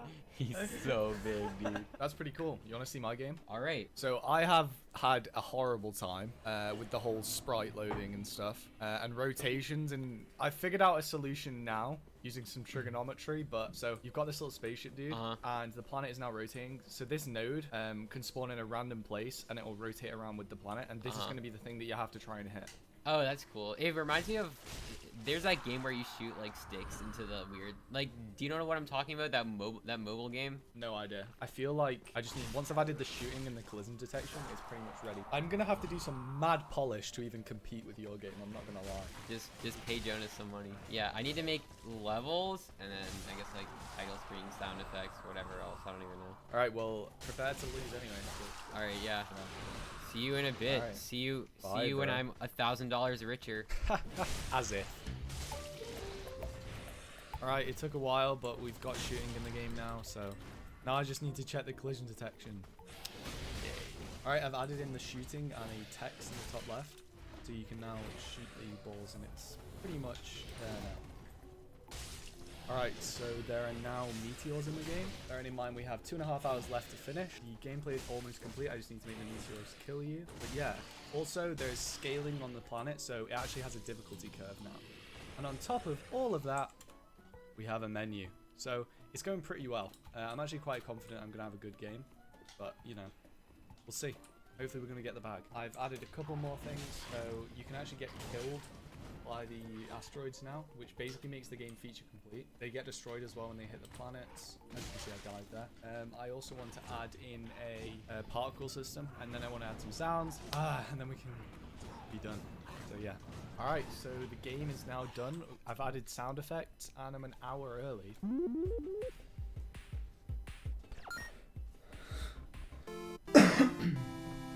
Alright, so I have the start.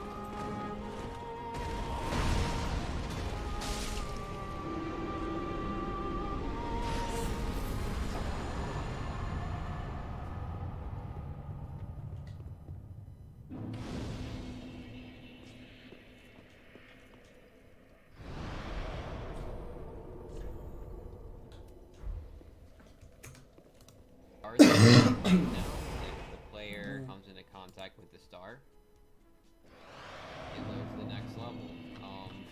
This dude's so funny with that. Okay, so as you can see here, I implemented the UI that displays the current level and your death. So if I die, if I hit a spike, see the death count goes up. If I run into a planet, the death count goes up. But if you beat the level, which I don't even know if this level's possible. Oh. Then you move on to the next level. Cue the time lapse. Very well. I don't know if Bargie's gonna put a time lapse in, but you should. Okay, so instead of making levels, I actually made sound effects. So, yeah, pretty good use of my time. What?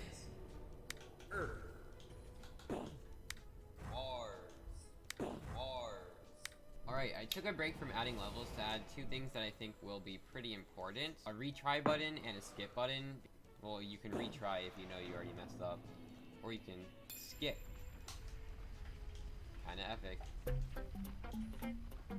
Hey, this is Jonas. I'm an indie game developer, one of the creators behind Islanders, and currently making a game called Will You Snail? Come visit me on YouTube if you have time. And today, I've been summoned to judge a competition between Polymars and Bargie. You've picked a professional judge. I take this duty very seriously. 1,000 bucks! What? Where's my money? Let's get into it. I already forgot who made which game, which I guess is good, because that means I'm less biased. Let's start with this one called UFO. Of course I wanna run the virus. Click to play. So what do we have to do here? I'm slowly trying to figure this out, so I can move left and right, and I need to hit the yellow spots to get points. Okay, so this seems fairly simple, just hit the yellow spots. What about the black things? Okay. Not supposed to touch those. It feels fairly responsive. Has a good frame rate. Oh, the planet starts rotating in a different rotation now. Okay. Yeah, the reaction time on these black things seems to be a little short sometimes. I feel like the planet should be like, ouch! When I don't hit the yellow pimple. Art style is very simple but consistent, so nothing to complain here. I don't see any anti-aliasing though. That would have been very nice. Okay, now here we enter the random stage of the game. You just need a little more skill to pop the pimples. Okay, so here I didn't understand why I lost there. Did I touch one of the black ball thingies? Like, that didn't feel entirely fair. I wish there would have been some feedback, like what hit me, what happened, why did I lose? I have no clue why I lost there. If I stay here, then I basically will get hit at any time. Why? I didn't do anything. I didn't touch anything! Rage quit, we'll gonna try the other one now. Okay, Digmoid, show me what you got. Okay, so I guess I'm this little thing here. Hey, how do I move? The game doesn't tell me how to move. Minus points for that. Oh. Even without playing, without knowing anything about this game, I instantly know what kind of game this is gonna be. This guy will have to reach the star, and I can place planets, and my gravity will kind of affect where this little creature goes. So basically I just need to create one planet here. And that's it. That's very interesting. I instantly understood how the game works just by clicking that one button on there. Okay, now I have Earth and Pluto. Is this gonna work? Yeah. Very interesting. Okay. I think I'm gonna accelerate this in this direction and then just place one here. Okay, this is cool. Yeah, I like it. Little puzzle games. Oh, this is gonna be a hard decision in the end. Okay, but let's see what else this game has to offer in terms of level design and creativity. I don't know, this level seems a little random. I don't know what exactly I'm supposed to do. Also, I have to say that the gravity doesn't seem very realistic, because in reality, gravity is way lower when you place it far away. Let me check if that's the case. Okay, it's the case, but just a little bit. Like, there needs to be an exponential decrease in the acceleration. Doesn't feel 100% right, but that's just to make me sound smart and not because it hurts the game in any way.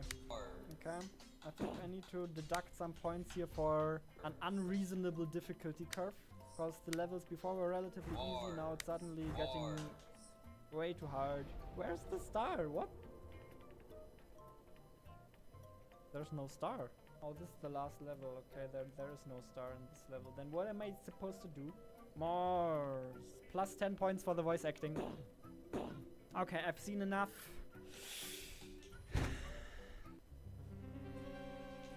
So terrified. He hated my game. He hated the physics. It's over for me, dude. Genuinely, it could go either way. Okay, I'm scared. I'm so scared. I'm so scared. Oh god. Okay, I will now give points to each of these games. Who will win the 1,000 bucks? Stop, stop, stop. Stop. Why did you put that into my hands? I don't know. Okay, no, he's got rid of the bed. Good. It's getting serious. Oh, man. Okay. First criteria. Oh god. Who has the bigger game window? Because I don't like looking at small game windows. Yes! As we can see. Oh. UFO definitely What? wins here. Oh, strong lead. 1 point lead. Oh my god.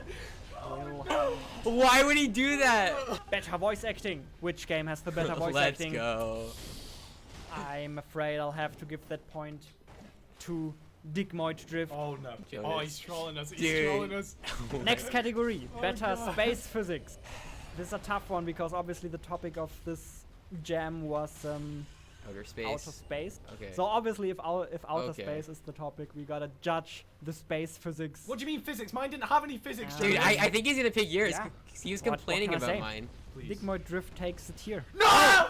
Let's go! The Space physics physics. sucks, but like the space physics in UFO. Bro, are it even didn't worse, say so I had to have space There physics. you go. Well, it didn't say it had to have a big window resolution. I have to look at the name. Or voice acting. Maybe I should. Yeah, true. None of these points matter. He's Oh, just, what I'm not he's gonna just give a trolling point for us. them. What do you mean? Wait. He Better just said. hitboxes. Which Oh, game God. has the better God. hitboxes? Mine. Mine. Tough decision. Mine. Ha! Fooled you. Nobody gets the point. Yes! All of your hitboxes suck. That's a good one. That's a good one. Next one. Facts. Is it cool when I look down so much? Oh no, I hate this. I hate this. Replayability. Which game did I Oh, play? bro, longer? Alright, I've that's won, not I've won. fair. Obviously, how long you play a game says a lot about how much you enjoy it. I could have made my game endless, Not bro. always, but I did play Digmoid Drift for longer. It kept me interested and engaged for longer. So that's one more point for Digmoid Let's Drift go. for keeping me. When my game is more replayable. It has 7 levels. That's so longer. funny. It was the strat. Graphics. Ooh. Bro, what? I'm gonna lose. Graphics. I'm going to lose. That one has to go to UFO because Yes! the colors are nicer. It has more contrast. You can. What? Draw, bro. You Like, can't. You draw have what's 2 going sprite. on. You have circles and 1 sprite. You have 1 sprite in your game. You literally have like 2 sprites in your It's game. a little overloaded, maybe a little messy down here. What? I don't really like it. I don't like that you can't really see the player character. Ah, it's very you dark. idiot. Oh my god. So I spent so UFO, much I feel time like drawing. Oh my god. Nicer art style. Okay, UFO. Sound. Dude, that's Another literally the tough one Raylib because default obviously you have font. The nice voice Okay, acting. wait. in one. He added voice Oh, we acting and already sound gave a point as for the voice category. acting. He's gonna so give I sound feel to like you. The point for the sound in general definitely needs to go to UFO. Yes! You Oh, use music from Mix and Jam. What? The final category. He's trolling. This None one of will this decide. matters. He's trolling us. Yeah. This category is just called fun. Which game did I personally enjoy more, No, he's gonna pick you. and I enjoyed more. Oh my god. Please pick you, UFO. The winner is Oh god. the winner of this jam Oh is my god.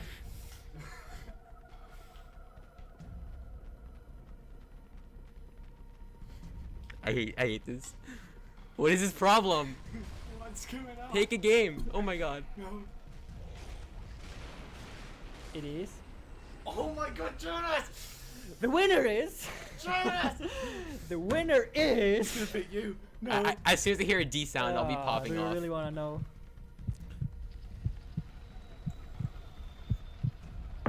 There you go. Yes! You Oh win. my god! Congrats. What? No! It I was hate very that. close, I have to be I honest. hate it, bro. Almost a tie, but you for one. I enjoyed it just a little more. It was a little more fun. It felt a little more polished. Alright, wait, I'm back. I took out my headphones. Here you go. Enjoy your What? $1,000 that I luckily didn't have to pay. Oh, what? Congratulations. This is rigged. This is so rigged. Oh my gosh. Bro, so there we have it. I'm a better game developer than Polymars. I've received my money, and yeah, if you want to play the games, we've made our first collaborative itch.io pack, so you can go and download the games there. We also did this same challenge in Python on Polymars' channel, so go and watch that, and make sure you subscribe to us both. Yeah, that's it. Subscribe, like, all the things. Bye.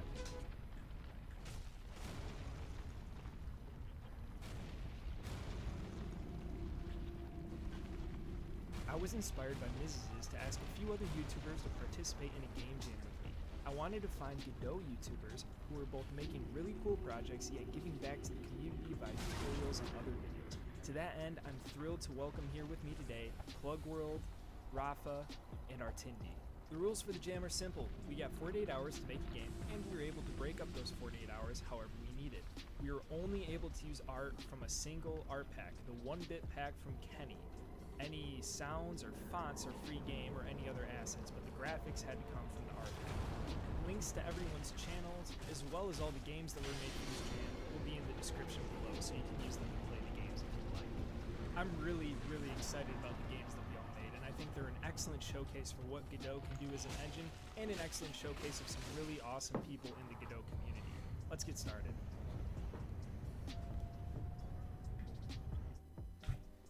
So this art pack had a ton of variety. There was a lot of things you can do with it, but I ultimately wanted to take a risk and I wanted to do something different that I haven't done before. And so I decided to build a 3D FPS. Now, I've never made a 3D game before, so this is all going to be new to me, and I thought it'd be fun to try it out in the game jam. So I got a first-person controller set up. It was actually a lot easier than I initially thought it would be. Alright, now you can shoot.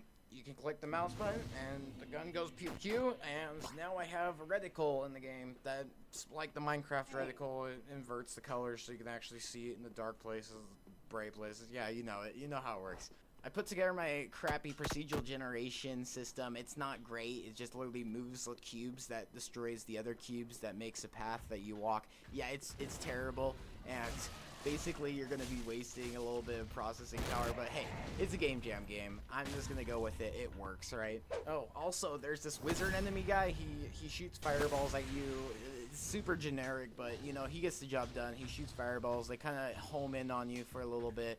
I'm starting to polish things up a little bit more. I'm trying to get the game feeling good to kill enemies, you know. I have a skull thing that like crushes when you kill an enemy. It's fun. I'm starting to experiment more with enemies. I've added ghosts that basically are like the wizard. They follow the player except they go through walls and they hurt you at melee range. So yeah, it's pretty cool. I also found an art style that actually freaking works. I've basically unshaded everything. I've taken out the textures for the walls and ground. It makes it so the enemies pop more, and it also makes it a lot easier to tell between the enemies and the floor and the walls and everything around you. And I turned down the resolution, so it looks cool now. I wanted to give a little bit more purpose to playing this game because it's all randomly generated and it goes on forever. So why would you play it? I don't know. I added scores and stuff and points, so you know you can try to get the highest score. There's a little bit of purpose to that now, and that's basically everything. I mean, I added other stuff like, you know, tile screen, all that other random junk, but like that's basically all the core mechanics.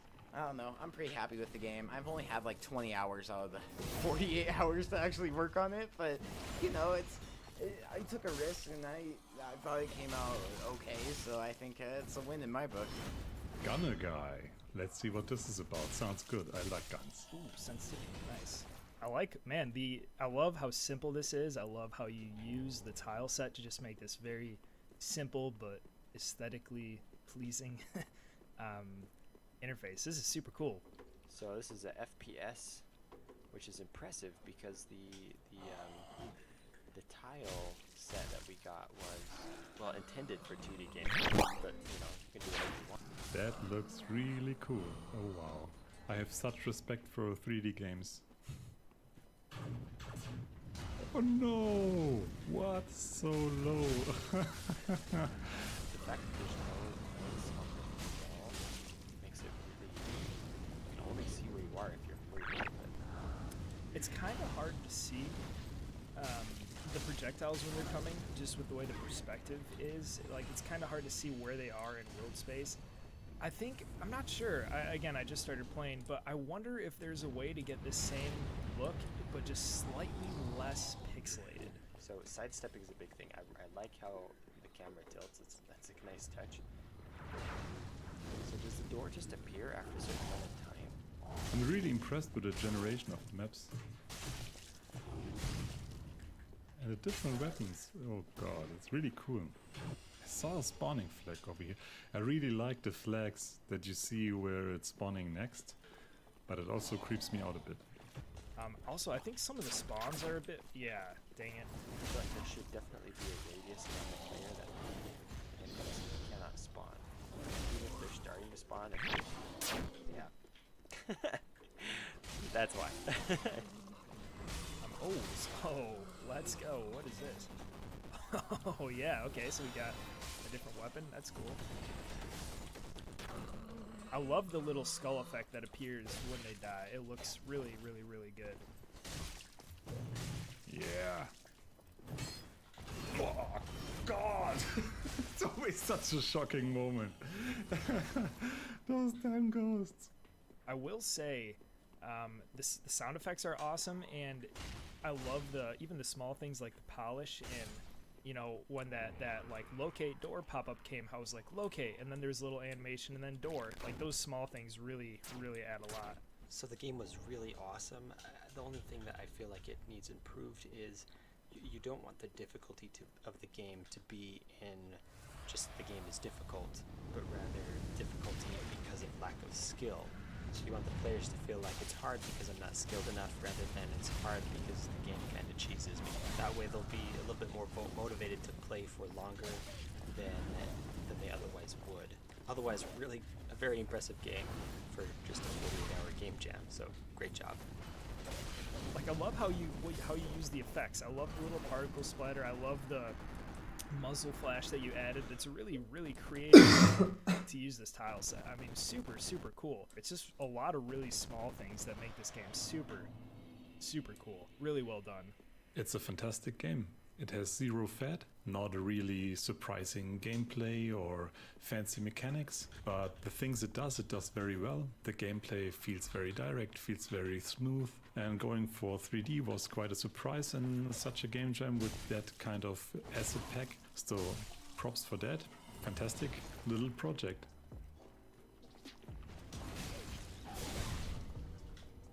After looking at the sprite sheet for 5 minutes, somehow I had the absolute idea and intention of making a car game.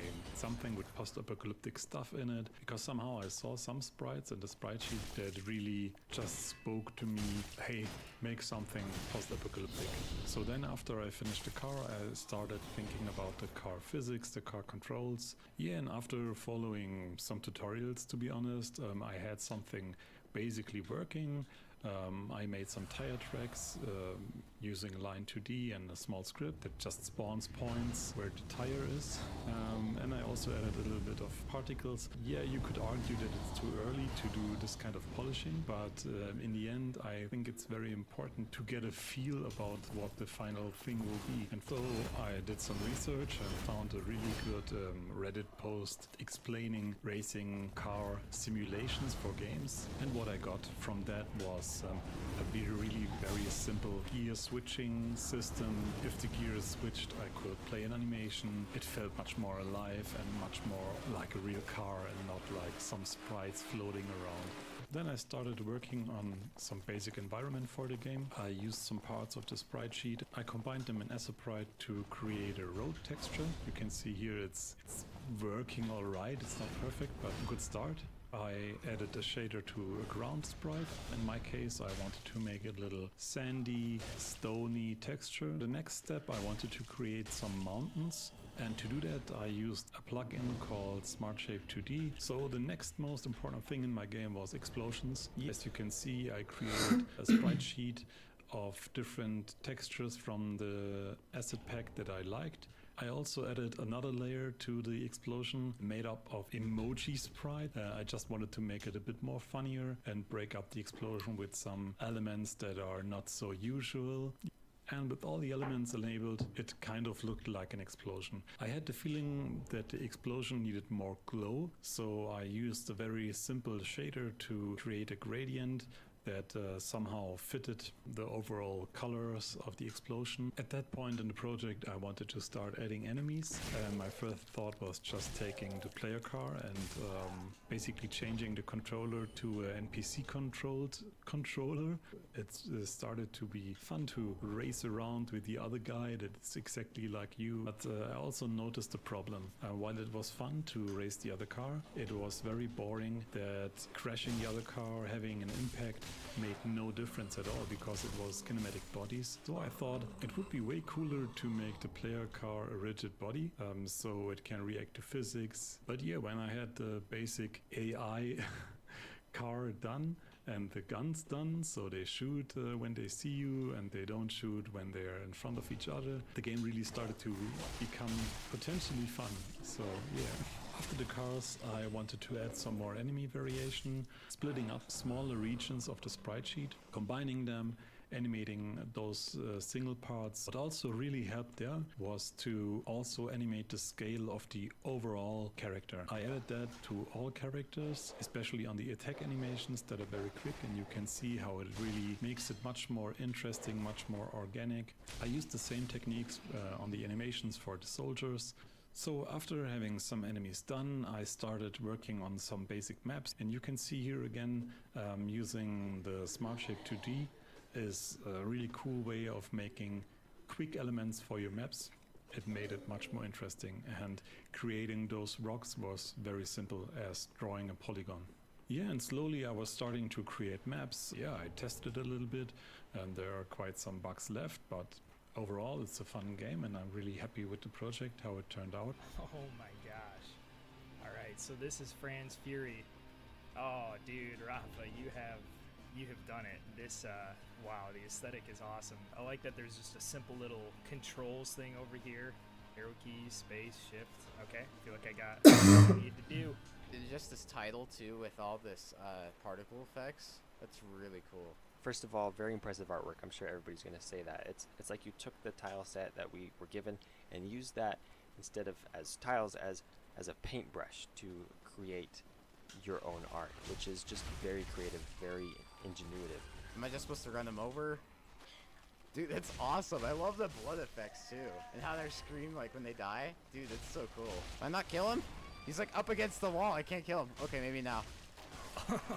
Let's go. The sound effects are really well done. It's kind of has that Mad Max feel that it gives a vibe to. Controls are really hard to get used to, but I think you could probably get used to them. Dude, the way you utilize the tile set so effectively, that's awesome. I love the explosion too. That was such a cool particle effect. It is just absolutely impressive how much stuff you're able to get in here. All this like 4 or 5 AI that acted intelligently. Car driving mechanic. You are a fast working dude. Man, the bullets have a really nice glow effect on them. Like you can tell that Rafa is a professional artist. That's his thing, because this game looks amazing. Oh, that's so cool. So the handbrake, that is like, I could do like a full 360. I actually gotta utilize that. So that's really cool. The car is a little difficult to control. I wish it was maybe a little bit more easier to control, or maybe there'll be some kind of upgrades or something. I love the sound effects. This is so good. This is how you make dialogue really entertaining. This is awesome. Perhaps if the gun could be controlled and you could shoot in different directions. I found it was very difficult to actually drive quickly and fight all the many enemies that were there. Also, I like that these scorpion things lose some of their color as they get hit. It's a nice way to indicate health. Radioactive scorpions. Dude, they're huge. Compared to the guys, they're like massive. I guess that's what you get when you have a radioactive scorpion. It's gonna be massive. I think the way to win this game is to just kind of be cautious and take things slow.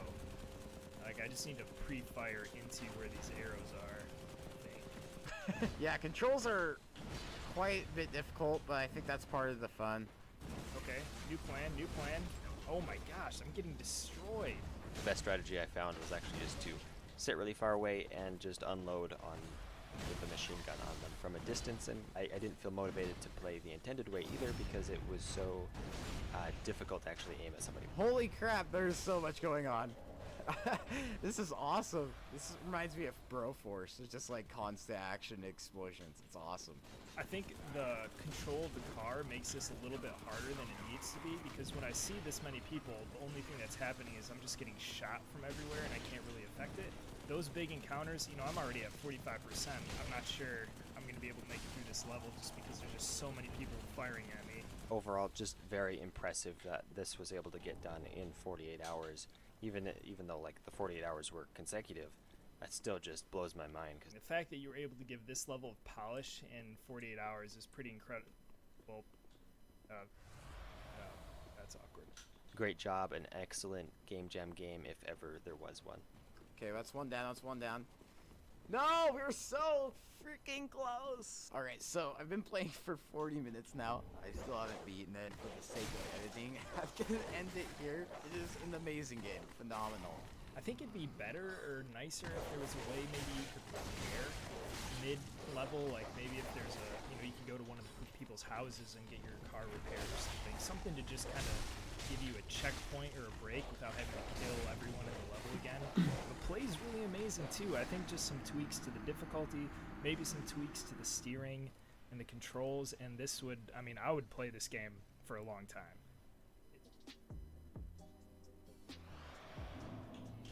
So I started by looking over the art set. There was a lot of variety there, but the first thing that really screamed out to me was Dungeon Crawler. So I made a guy that could move with top-down controls. I picked one of the most boring sprites for it, but that way more people would be able to relate with it or something like that. I then thought it would be cool if the player could just remove or add walls anywhere in the dungeon. I can't remember now what inspired that idea, but who cares? So I created two assets, one that is an empty space that can turn into a wall, and the other that is a wall that can turn into an empty space. There's only that difference because I wanted them to start as either one or the other for ease of level editing, otherwise they had pretty much exactly the same functionality. So I had my main mechanic, something original that has definitely never been done before. I then spent a few hours brainstorming. The key to a good game is to make everything in the game fit with the main mechanic, so I needed everything else in the game to play off that idea of adding and removing walls. If the player could move the walls, then what if they're trying to move the walls in such a way that they will allow something to get from point A to point B, and then all of a sudden I was making a bouncy glowy thing. It wasn't that hard to think up some enemies after that, and I gave each of them mechanics that could also play off the main mechanic. A bat that would fly at you and could eventually break through walls, a ghost that could pass through walls but move much slower for balance, and a skeleton that left bones behind that could block the wall, but would eventually reassemble and chase you again. All of these would die if they were hit by the glowy bouncy thing.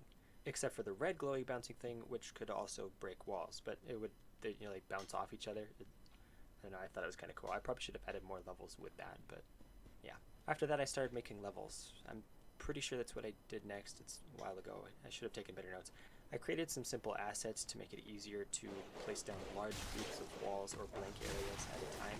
And I added a tile set that could not be broken through to be sort of a border in each level, so there wasn't a finite space that you could play in. Then I got on Bosca Sioio. Who named this? I found a simple tune that I made up like a year ago, and then I actually turned it into a song. I feel like the song turned out really well and probably ate up a bit more of my time than I would have liked it to, but you know, you gotta have music. I made a title screen with my name on it, then I let a few people play it. They told me it sucked, and I fixed a few things to make it better. I can't remember what those things are now. Sorry, again, should have taken better notes. But short story shorter, I was out of time, and the game was done. Now I just had to wait and see what everybody else thought of it. Whoa, this is a cool start screen. I like that. That was really cool. I really like the kind of tutorial here. Okay, so I can click to get rid of tiles and right click to I see. Okay, cool. This is really cool. The tutorial, this is a really awesome, clear, simple way to make this happen. I love how clean this game is. I like how you did the WASD thing on the tiles. That's really cool. Yeah, I wish I could just hold the mouse button down and have it continuously delete rather than having to click each time. Okay, so we just gotta clear this out. That's some really cool feedback. I like the screen shake. There we go. And it's gone slow-mo. That's cool. I like how he flies into the level too. That's awesome. I really like the light effects and the screen shake. Everything feels really juicy for, I mean, such a game where you only kick around the ball. It's really cool.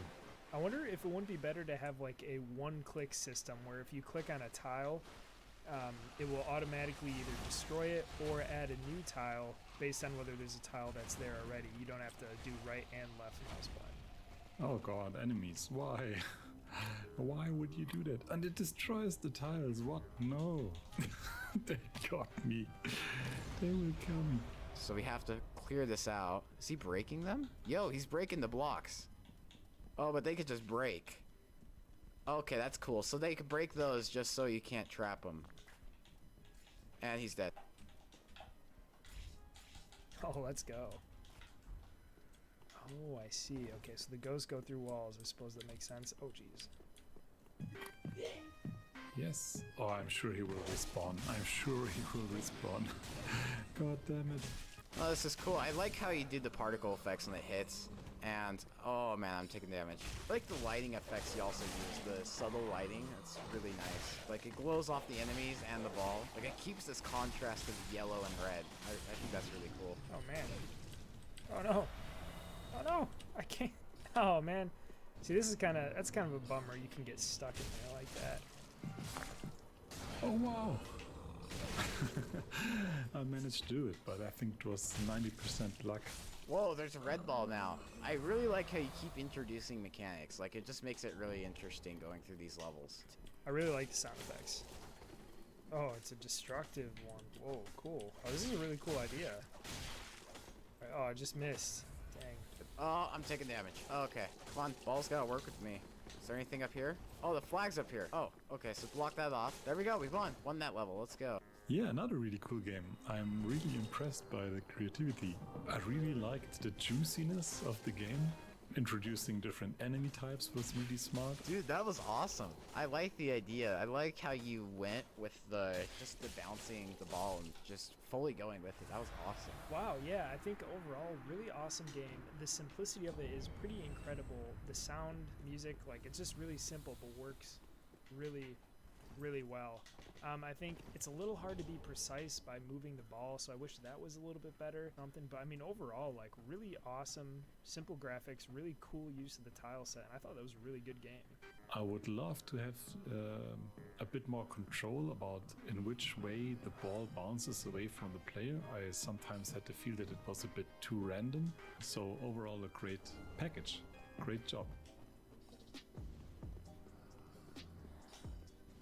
As I was looking at the art pack and trying to figure out what kind of a game I wanted to make, I was reminded of Bennett Foddy's game QWOP, which I played a few times when I was back in high school, and I thought, wouldn't it be kind of weird with this tile set to make a racing game where you were a sprinter?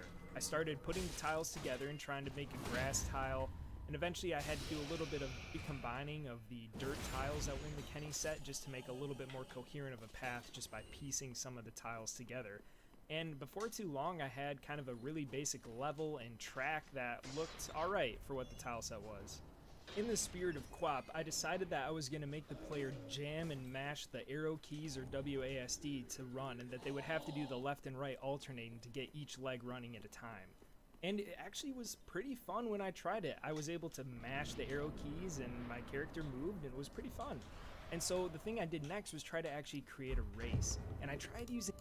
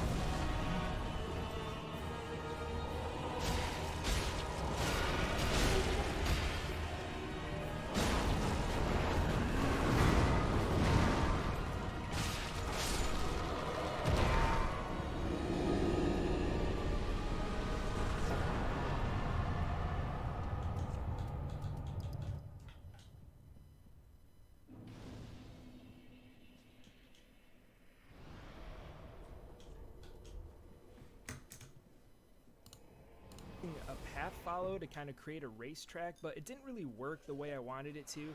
And so in order to give myself more flexibility, I decided to actually just use position IDs and create waypoints along the way, and they just all be housed under one parent node that determined the racetrack. So I added some other sounds and environments like footstep sounds, and all of a sudden I thought I had this really cute, kind of funny, humorous medieval environment where you're a sprinter, and the little cartoony footstep sounds I thought just added a nice vibe to the game. I added some other sounds just for when you finish a race or when the race starts, and I started working on some menus for the main menu as well as a UI just to be able to show the player what speed they were running at, and things were coming together quite nicely. I created a system where I made a bunch of preset determined runners and they would have a different color, so because I was just using a white tile set, that I was just able to modulate them as needed, and it made it really easy to create unique, humorous characters. And so at this point I had enough polish that I thought I really needed to add just a little bit more to the core mechanics of the game, and I thought what better way to do that than letting your runner pull or trip the people running around them. And I really wanted to add this functionality to AI as well. I just didn't get the time and couldn't really figure out the best way to do it, so I just added it for the player. And it let you press up or down on the arrow keys, so you didn't have to actually move your hand from mashing the left and right buttons in order to pull or trip, and you would generate threat that if you tried to do something bad in front of a wizard, I added these wizard referees just to add a bit of a risk factor to it, you'd get frozen and it'd be detrimental because you'd be stuck for a few seconds. At this point, now that I had a lot of core mechanics and they were fun to use and play and I thought it was a good experience, I really just needed to focus on adding and finishing out the levels. Early on I decided that no more than 8 was going to be a realistic number, but I felt like I did need at least 6 or so to give enough variety to make the game stand out and not just be kind of a similar level. And so I started working on levels, and that took up most of my time near the end of the game once I had the UI. And I was actually able to get 8, and I kind of just did some simple modulation and changing to add a desert level, to get some bridges. I just modified the sprites a little bit, recolored them in A sprite that were in the tile set. And it was really easy to get these different levels. I wanted to make a really cool castle at the end, but I just didn't have enough time to work on and kind of move around all the different castle tiles in the tile set, so I just kind of left it as is. But it was cool because I was able to add a castle level to really round out the game. At this point, pretty much everything in the game was done. I just needed to add some final tweaks to the upgrade system and make it work. And after I had that, I just had to test it a few times and make sure that the money scale I was using was actually attainable and that the difficulty scaled correctly. And it was pretty fun, I thought. It definitely wasn't perfect and there were some bugs, but overall I was really happy with how it turned out and thankful that I was able to pull in some code and some ideas I'd done for previous games to really add in everything I wanted to finish out the game jam.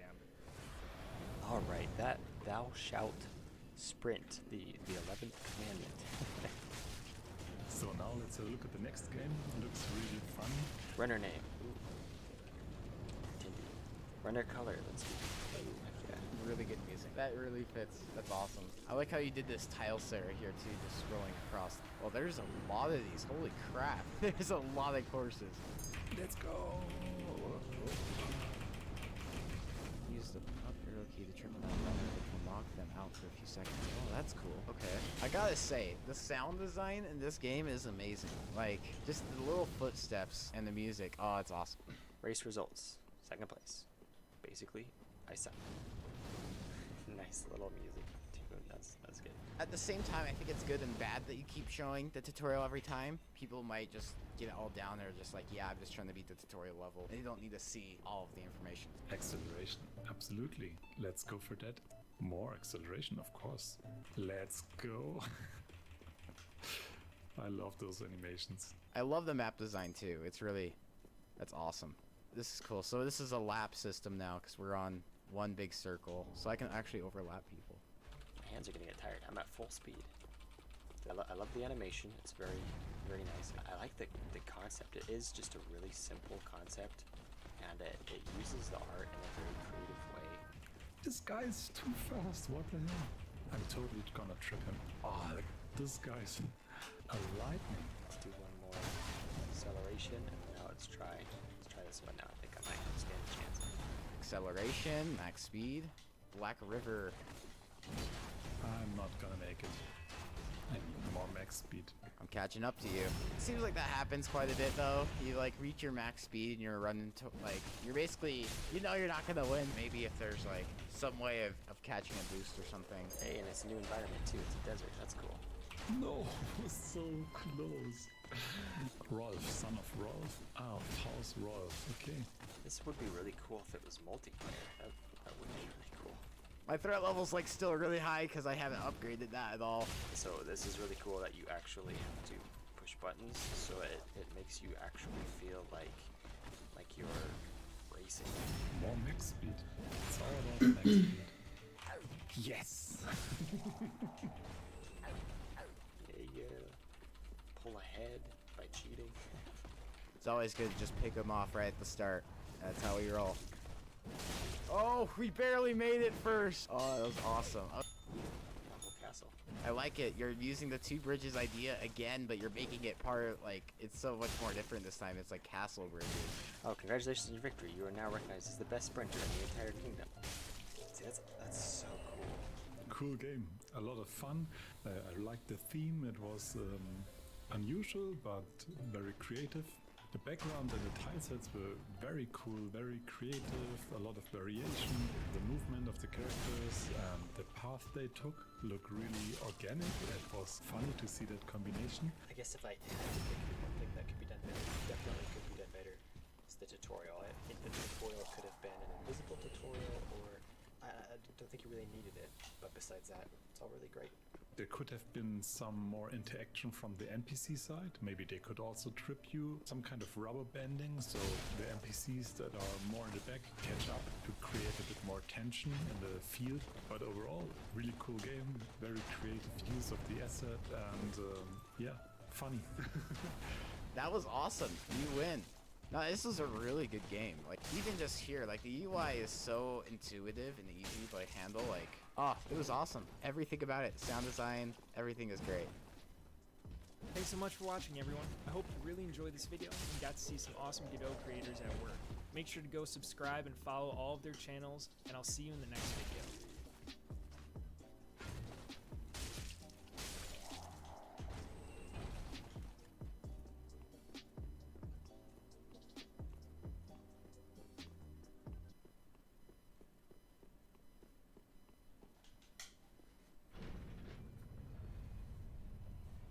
When I started this journey, I thought it would be a fun challenge to try to rebuild a functional society in a world overrun by zombies.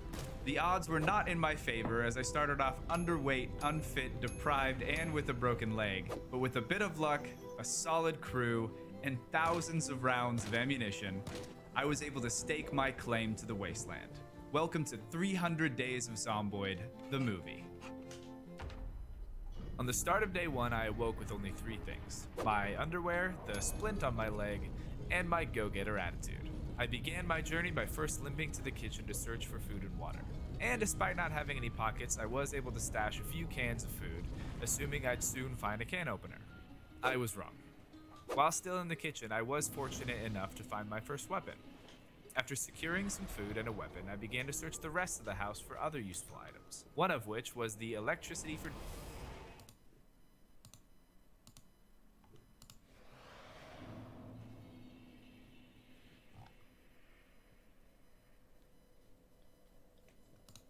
Earlier this month, I challenged 23,000 game designers to create a brand new game in just 48 hours. And what's more, the game had to fit a very difficult theme.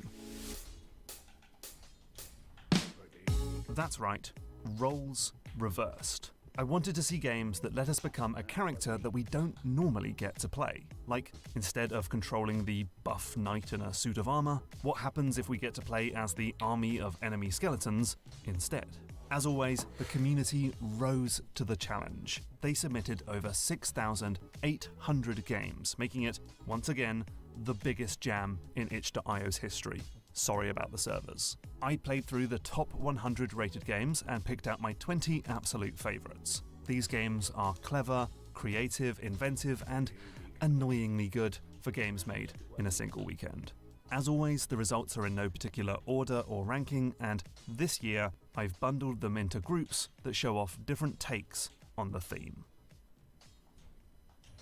Okay, so a very popular take on the theme was to make a game with a hero character who moves through the level by themselves, and you've got to help or hinder them by taking on a completely different role.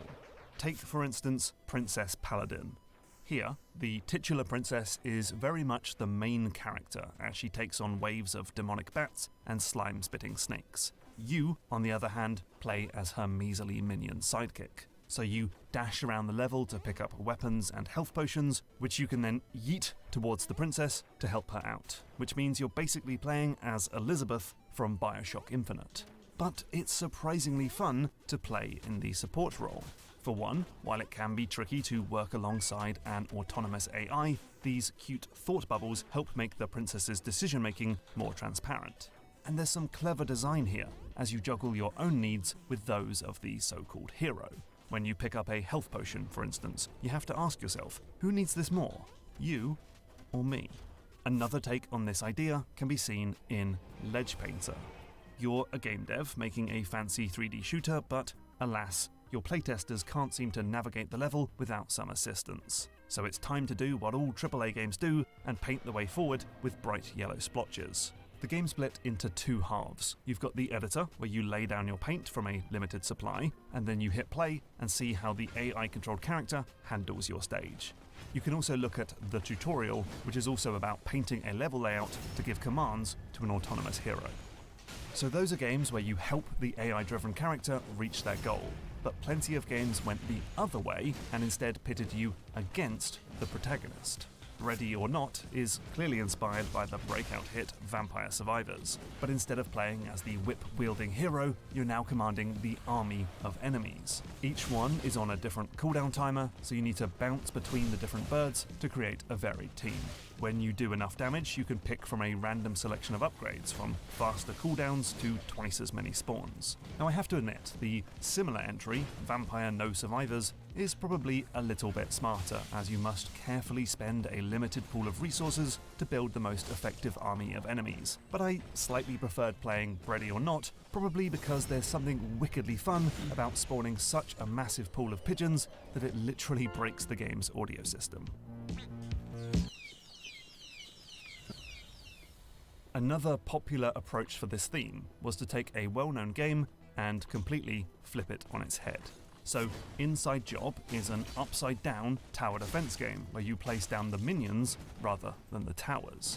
You've got a bunch of different baddies to pick from, each on different cooldowns, and you have to carefully deploy them to overwhelm the opponent's defenses. Sometimes that means making sure many enemies arrive at the towers simultaneously so some slip by unharmed, or using a costly power-up to temporarily shut down the defenses. Bonus points to Tower Attack, which also toyed with the tower offense concept.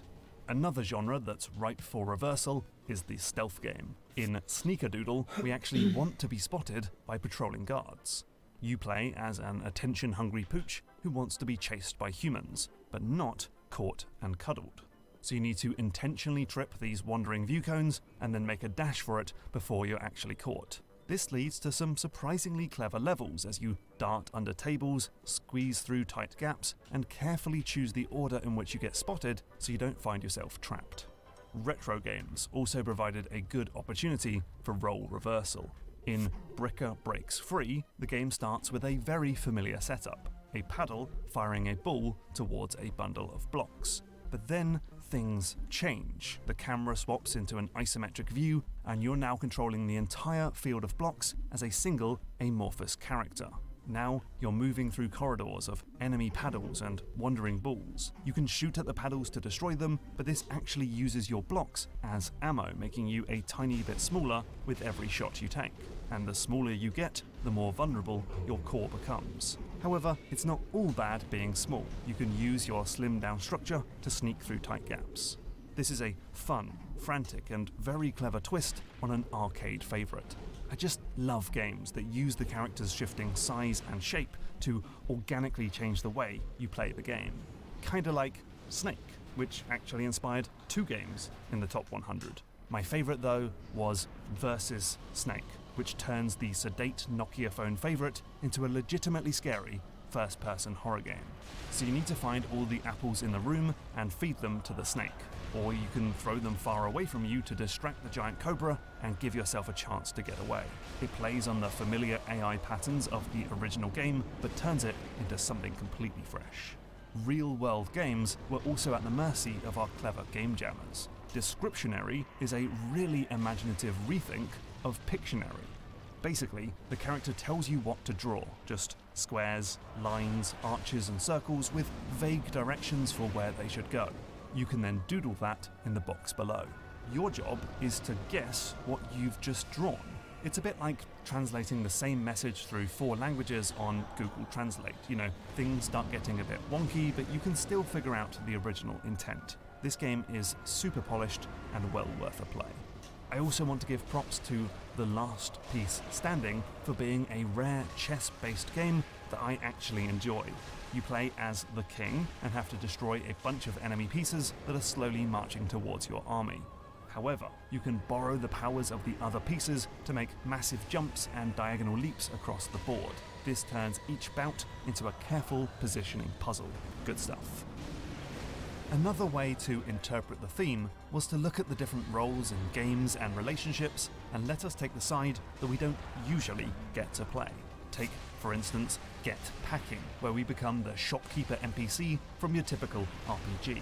In each round, you have a limited amount of money to spend on the weapons, shields, food, and potions brought in by the brave and copyright-dodging adventurer. You then flip to the storeroom, where you embrace your inner Leon S. Kennedy and try to squish all this stuff into the cramped confines of a crate. What's more, certain items can affect their surroundings, so don't put a magic flame sword next to your bananas because the fruit will go bad. Sure, we have seen games about being a shopkeeper, but this was still a cute game and is worth checking out. Another game to do this was Crab Juice. It's clearly inspired by the horrible head crabs from the Half-Life games, those mutant chicken nuggets who pounce on your face. But here, it's used to make an excellent puzzle game. Playing as the head crab, you have to get around these cramped levels by leaping from one human's face to another. Soon you'll be flinging yourself into switches to open doors, narrowly avoiding enemies with guns, and ricocheting yourself off walls for a better vantage point. Pets and Pokemon were also common targets for role reversal. We're so used to playing as the human that we don't stop to think what it's like to be the animal. Not so in Walkies, a game where you play as a bone-hungry dog who is cruelly constrained by a tight leash and a strong owner. So the owner wanders around the town automatically, giving you a small radius to explore for bones, but also ways to gain power. You can get pets from passing humans, say, or use fire hydrants as a handy toilet. Once you're powered up completely, the screen zooms out and now the dog is totally in charge. You can zoom around at double speed and the human is powerless to stop you. It's a fun back and forth of power and powerlessness. Meanwhile, in One Day Better, you play as a cat who tries to help its depressed human. The dude wakes up in a funk, a fuzzy fog of thoughts clouding their mind. Left to their own devices, they'd happily sleep in all day. But their faithful Moggy can use a few tools to get them going. So you can meow to get the human's attention, scratch at stuff to make them move towards objects, and even headbutt the human's legs to get them to move between rooms. Using these 3 commands, you can make your owner tidy their room, have a shower, and eat breakfast. It's a heartfelt and touching little game about the restorative power of animals, and I really liked it. Another take on the theme was to give you a pretty standard game and then pull the rug from beneath your feet by reversing the roles. Take You vs. You. It's a platformer where you have to get the angel to the goal before time runs out. Seems simple enough, but then you replay the level, but now as an imp who has to kill the angel before they reach the door. And then you play it again, but as another angel who now has to reach the door while dodging the imp and its bullets. Hopefully that made some sense. Basically, you're simultaneously killing and dodging yourself and must think several steps ahead so you don't screw yourself over in future runs. I think you just need to play this to really get it. It's a wonderfully clever game. Not surprising when you learn it was made by the developer behind 2D and Top D, which also started life as a Game Jam game. Reversal Rooms also begins as a basic platformer, but then in level 2, your jump button actually controls the spikes. Then you control the spring, and then the door. It's a manic, context-switching head-scratcher that basically feels like WarioWare as a platformer, and I really dig it. And then Ragdolph looks like your average putting simulator, but then this happens. Oops. Turns out you need to use the ball as a bounce pad to get you around the level.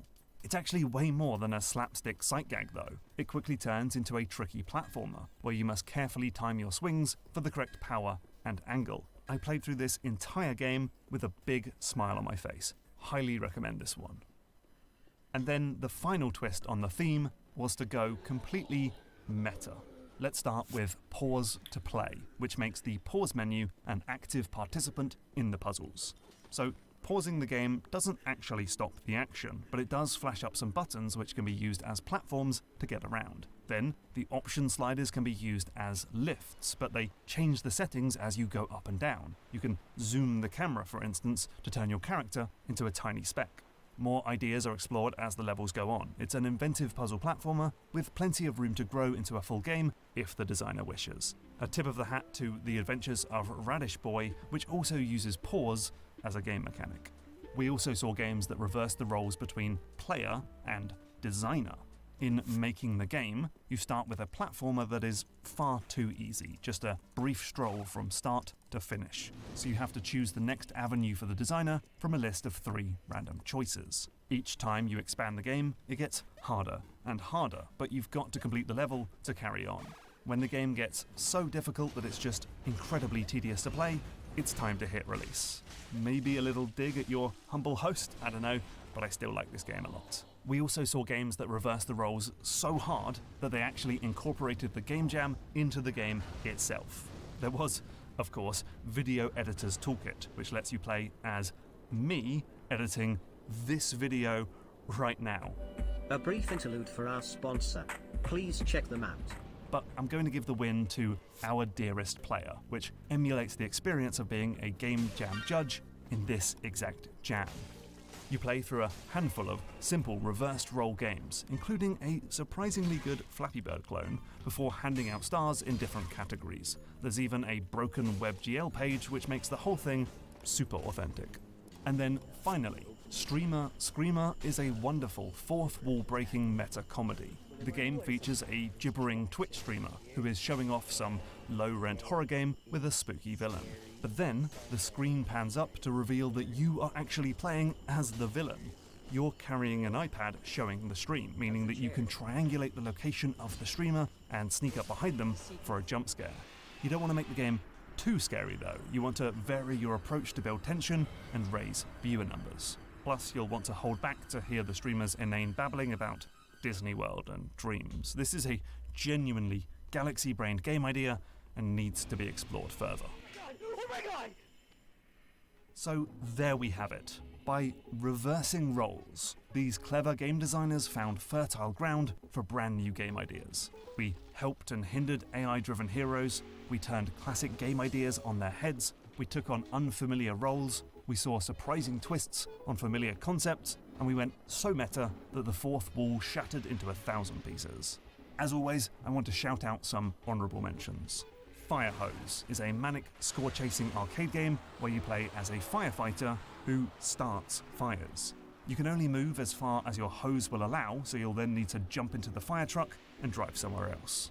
The Contrarian Press sees you make the judicious use of censor bars to rewrite newspaper headlines and make new stories. It's all presented with arty cutout collage images. And Spared is a bowling game where you play as the pins. You've got to dodge at the last minute to avoid being struck down, and different bowlers with special powers are introduced to mix things up. To be honest, I can easily recommend a dozen more, so you can now head to itch.io and find the full list of games and the public's rankings for all the entries. Have a look through the top 100 titles at the very least. Thank you so much to everyone who took part in the jam or rated some games. Thanks to all the mods on Discord, to everyone who made our awesome Team Finder app, and to Leaf over at itch.io. An extra huge thank you to my patrons who fund GMTK Game Jam and mean we don't have to get corporate sponsors involved. The jam will be back in 2024, so subscribe to this channel to receive the date announcement next year. And that's a wrap for 2023. See you next year.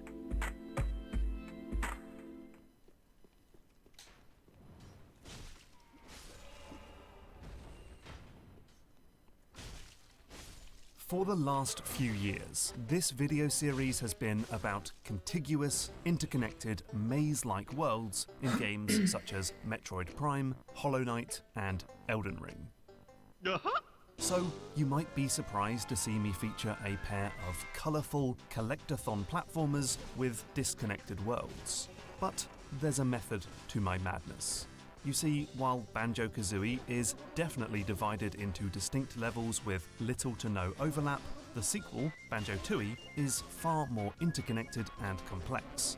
Almost all of the levels join up through shortcuts and secret routes. Changes in one level can impact events in another, and you'll be routinely backtracking to old stages to solve puzzles and collect objects. It is, at times, a Metroidvania. But is that actually an improvement over the first game, or just needless complexity added to a winning formula? Well, let's find out. I'm Mark Brown, and this is Boss Keys. Now, before we can talk about Banjo-Tooie, we have to start at the start and look at the first game of the series, Banjo-Kazooie.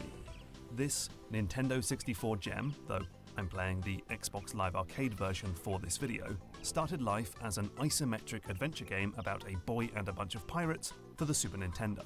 But after switching hardware and seeing how Nintendo had changed the platforming paradigm with Super Mario 64, the game radically shifted to become a 3D platformer about a bear with a bird in his backpack. And that Mario 64 inspo can be felt pretty strongly. The game features a sprawling hub world. This time it's the lair of series baddie Gruntilda the Witch. The hub lets you transport to a collection of uniquely themed worlds, like an Egyptian desert and a snowy Christmas land. Inside, you'll collect shiny golden tokens, jigsaw pieces, and musical notes rather than stars and coins. And those tokens give you access to new parts of the hub and, in turn, new worlds. Plus, while there's loads of stuff to find and do if you want to completely 100% finish the game, you only need a few Jiggies, to face the final boss and finish the game. But Banjo is definitely not a straight rip-off. Banjo and Kazooie feel quite different to control when compared to Mario. The whole game has a snarky, British sense of humour. You're not booted out of worlds when finding Jiggies, something Mario wouldn't change until Odyssey. And I'd say the game leans slightly more on puzzle-focused challenges and less on ones that reward pure platforming prowess. So the game features 9 levels. There's Mumbo's Mountain, Treasure Trove Cove, Clanker's Cavern, Bubble Gloop Swamp, Freezeezy Peak, Gobi's Valley, Mad Monster Mansion, Rusty Bucket Bay, and Click Clock Wood, all culminating in a totally unorthodox final level, a high-stakes game show featuring trivia related to the game you just played. These levels are fairly small and compact, but even still, they feature a number of clever tricks to help you orient yourself in the level. Stages are usually split into distinct zones, like Gobi's Oasis, Sphinx, and Pyramids, to break the level into organized chunks. You also get plenty of weenies, those giant landmarks that provide a constant visual guide no matter where you are in the stage. Some levels use a hub and spoke system, like Bubble Gloop Swamp, where the 5 different zones fan off from a single central area. And while all of the levels feature additional sub-rooms, they are always accessed from clearly identifiable doorways, like the pyramids in Gobi's Valley and the boat in Rusty Bucket Bay. So it's easy to remember where they are. All of this stuff makes it easy to know where you have and haven't been in the level, and they help you return to places you've already visited, which you may need to do at certain times. For instance, some levels feature environments that are impossible for Banjo and Kazooie to traverse, like these super slippery slopes in the hill on Mumbo's Mountain. However, Banjo can unlock helpful transformations, like a walrus that can survive icy water or a termite that can, crawl up slippery slopes. Now you can go back to that area and make further progress. Now, much like Mario 64, the levels are separate and standalone. What happens in Mad Monster Mansion stays in Mad Monster Mansion. but there are a few exceptions to this rule. Like, in every level, you are able to collect all 10 Jiggies before moving on to the next stage, if you so wish. However, in World 5, Freeze Easy Peak, there's a Jiggy that requires the Turbo Trainers, which won't be unlocked until World 6, Gobi's Valley. This makes it the one instance where you can't get all 10 tokens on your first visit, and so you'll have to go back to a previously explored world if you want all the Jiggies in the game. There's also at least one moment where your actions in one level will have an impact on another. If you annoy Gobi the camel in Gobi's Valley, he'll leave and show up in a later level, but if you ignore that quest line, he won't appear. Also, each level has a button that will make a Jiggy appear in the hub world, so you'll have to remember to track it down when you exit the stage. And you can actually leave levels while transformed, which can be used to solve puzzles in the hub. The termite transformation can be used to scale a steep hill outside Mumbo's mansion, for instance, and the pumpkin from Mad Monster Mansion is needed to squeeze through this small gap. And there's also one level that cleverly shifts and changes depending on how you enter the world. I'm talking about the sometimes polarizing 9th level, Click Clock Wood. You open this level by hitting a flower switch and go inside to find a giant tree during the rainy spring season. Climb to the top of the tree and you'll find a sun button that will open another door in the hub, which, when entered, will bring you back to the exact same tree, but now in the summer. There are bees about, the tree has new leaves, and the lake has dried up, which gives you access to another button and lets you come back to the level again, this time in autumn, and, of course,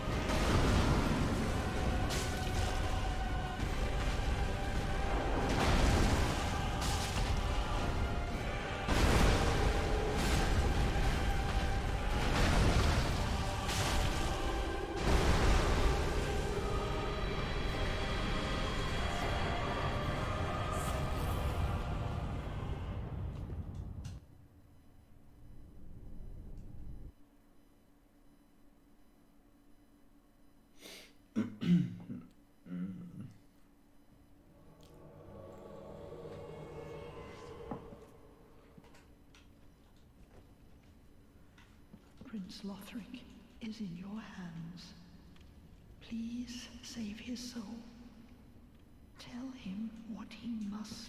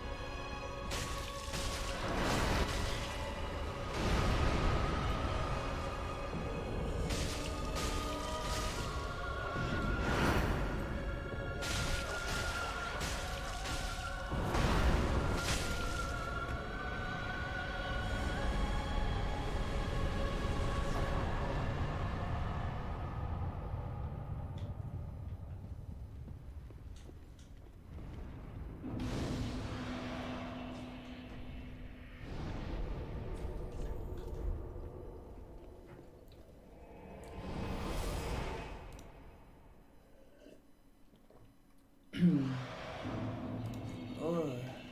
hello.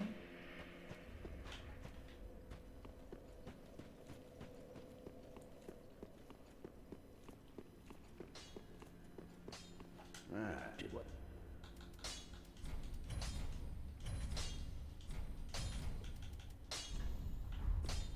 Forgive me, I don't want. Well, very the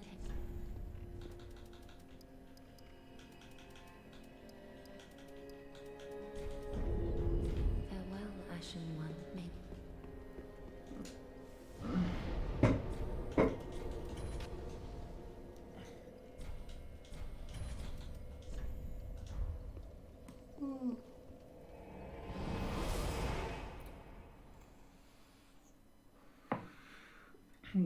Hello, viewer.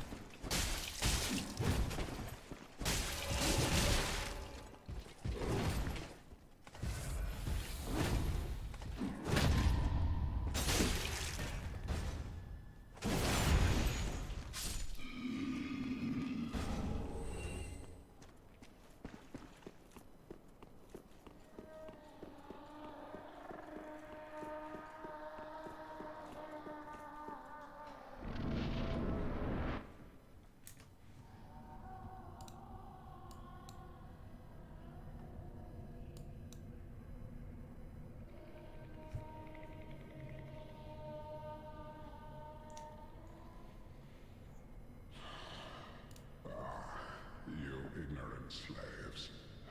Finally taken notice, have you? Of the power of my beloved Ocelot, child of dragons. Well, I will not give.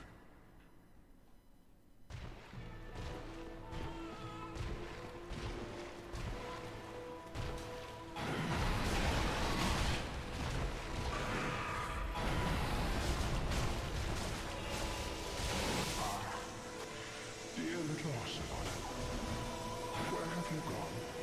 Are you hiding from me? Come out. Come out. Don't be afraid. You were born a child of dragons. What could you possibly fear? Now, show yourself, Ocelot. My dear little Ocelot. Ocelot!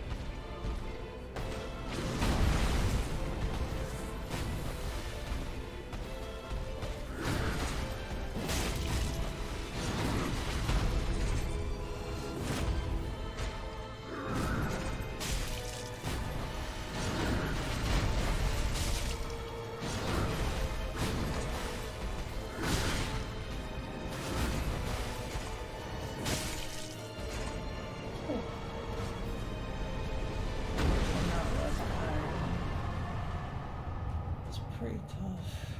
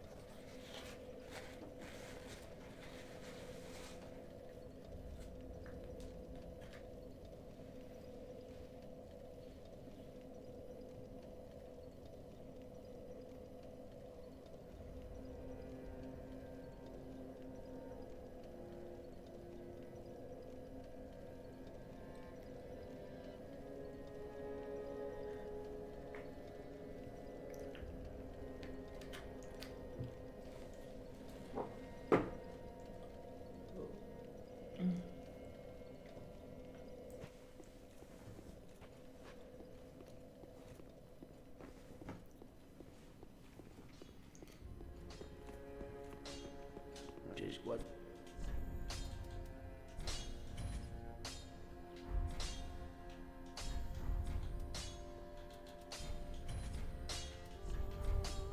Pretty be careful.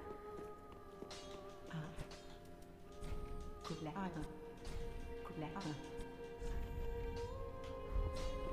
Ashen one. well, very well then.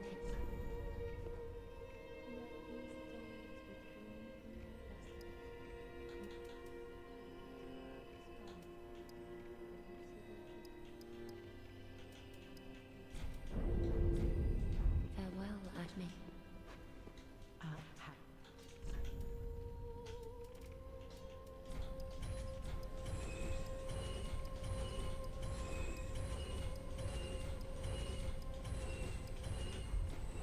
Ashen one. Well, very the farewell, Ashen one. May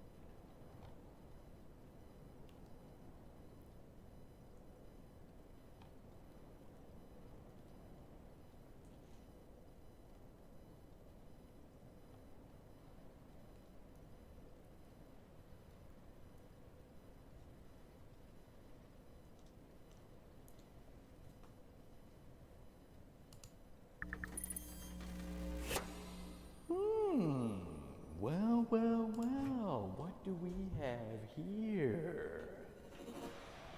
Well, it's finally here. The Yandere Simulator code review. I have a lot of stuff to talk about. But before we begin, I want to make it very clear, because last time it didn't get through your thick fucking skulls. No bullying. Anyway, as you can see from how long this video is, this video has been 2 months in the making. I started working on this using the May 15th build, but since then 3 other builds have come out on June 1st, June 15th, and July 2nd. I've been corresponding with Yandere Dev to fix some of these issues, and some of them have already been implemented in these builds. So what problems does Yandere Simulator have? Players are frustrated with the slow progression of development and how poorly the game runs. I spent a lot of time investigating every little nook and cranny of this game, the C# compiler, and the Unity editor. In the live stream, I looked at decompiled code, but now we have the actual leaked source code. I'm pretty confident in saying that you will not find a better analysis of the performance and architectural problems in Yandere Simulator.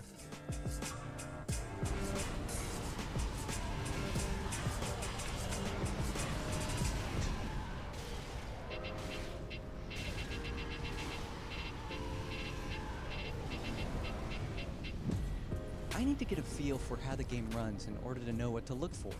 It's important to note that for my initial benchmarks, I used Wine to run the game via the Lutris installer, and that's why the text is missing. I booted up Yandere Simulator, avoiding unfocusing the window because that would cause it to crash, hopefully a Wine-specific bug, not a game bug. After making sure VSync was off and adjusting Yandere's brush to the correct size, I walked around school. Right away, I looked at the very conveniently placed FPS counter on the right side of my screen, and I noticed that I was not hitting 60 FPS. I thought this was pretty strange considering my PC's specs. Now admittedly, this initial load into the school scene is very heavy. A fade from white is cleverly used to cover up the first 2 frames where game initialization stuff happens. Looking at the output of HTOP and NVIDIA SMI, we can clearly see that neither my CPU nor my GPU are being maxed out. To confirm my suspicions, I ran Doom 2016. Here you can clearly see that my GPU is being used way more. I also ran Hitman 2, a game whose technical problems are very similar to the Yandere Simulator, and the same thing happened. This could mean that the bottleneck for frame rate in Yandere Simulator isn't the CPU or GPU, but I don't think so because that could just be a Wine bug and not an issue with Yandere Simulator. I quickly realized that I would be unable to do anything but speculation unless I could run Unity's profiler on the game. In order to do that, I would need the full Unity project, so I kindly asked Yandere Dev for the source code. Unfortunately, he declined, and he was concerned when I mentioned decompiling the game and sorta implied that he didn't want me to do it.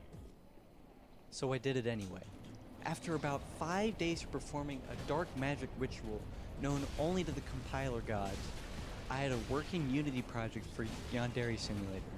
I think I'm the first person to ever get Yandere Simulator running inside of the Unity editor. Of course it's not perfect, most of the shaders don't work, there's a little bit of Z-fighting here and there, who cares?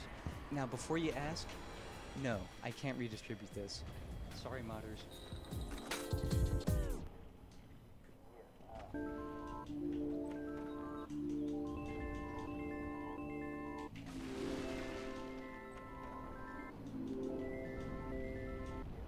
After running the profiler, I was pleasantly surprised to find that most of the time was being spent rendering.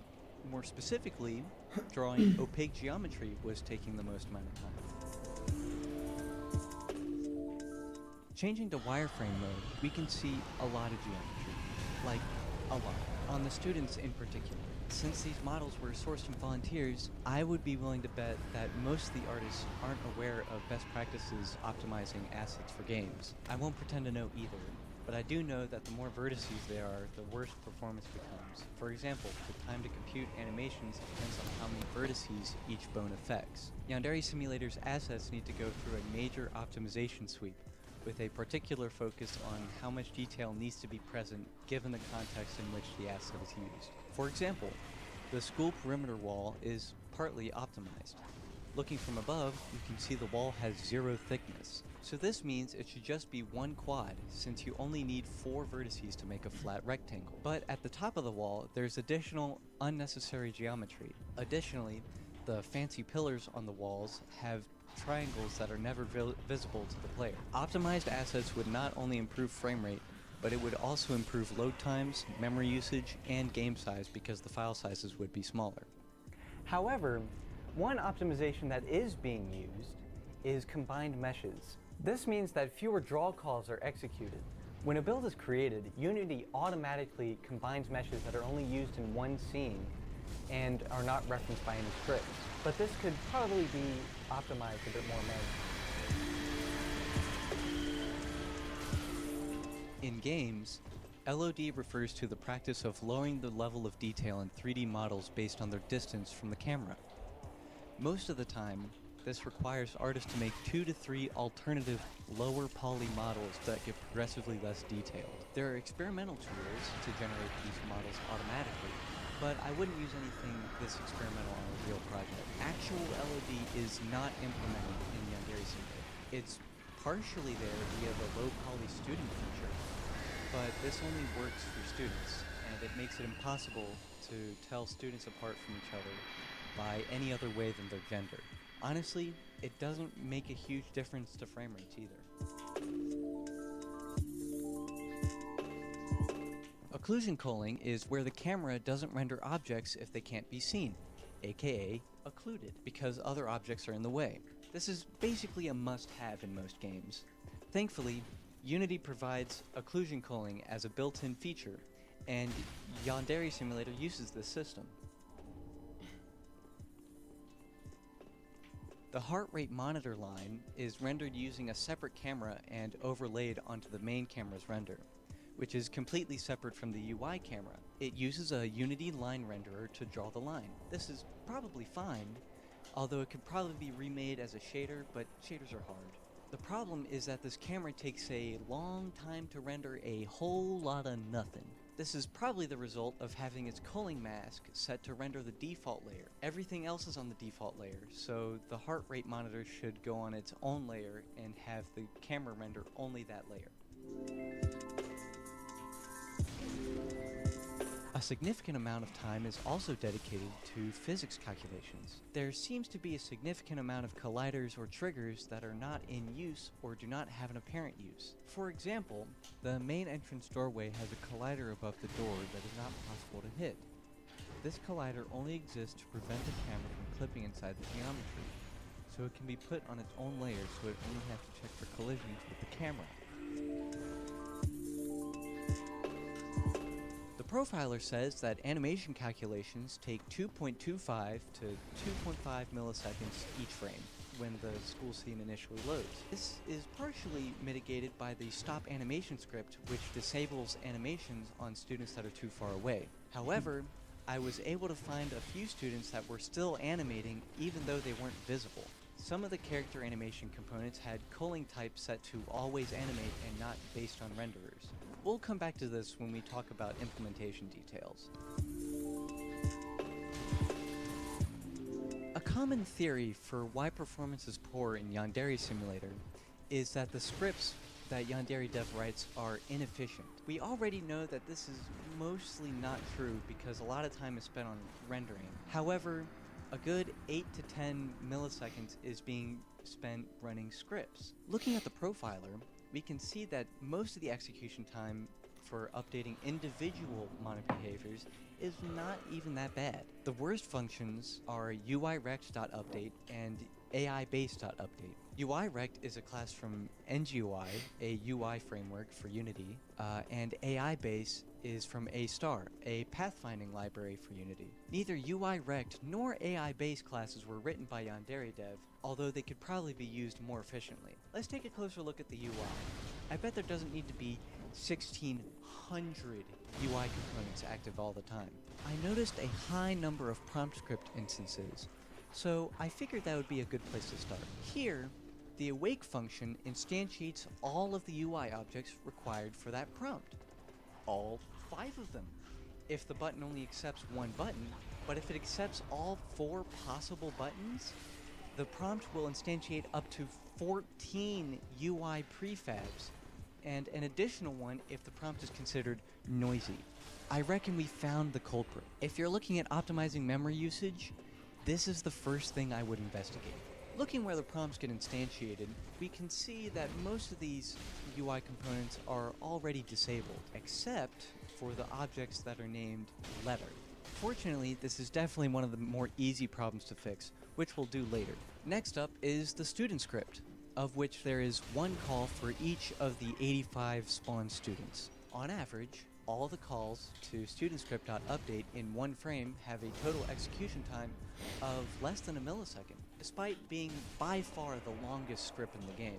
The next most intensive scripts also take less than a millisecond, which are the prompt scripts, which are used for interacting with objects, the dynamic bones, which are used for hair or anything else that could jiggle, except for tits, Yandere script, which is used for controlling the player, and the highlighter, which is used for highlighting objects in Yandere Vision.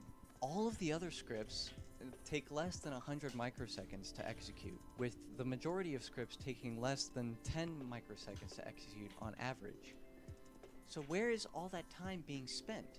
I made a quick script to count the number of game objects and components in the school scene. There are about 49,300 game objects in the school scene, give or take 100 or so. On all of the game objects, there are 53,015 components, with 318 types of unique components, excluding transforms. Not all 318 unique scripts run every frame, but about 200 of them do.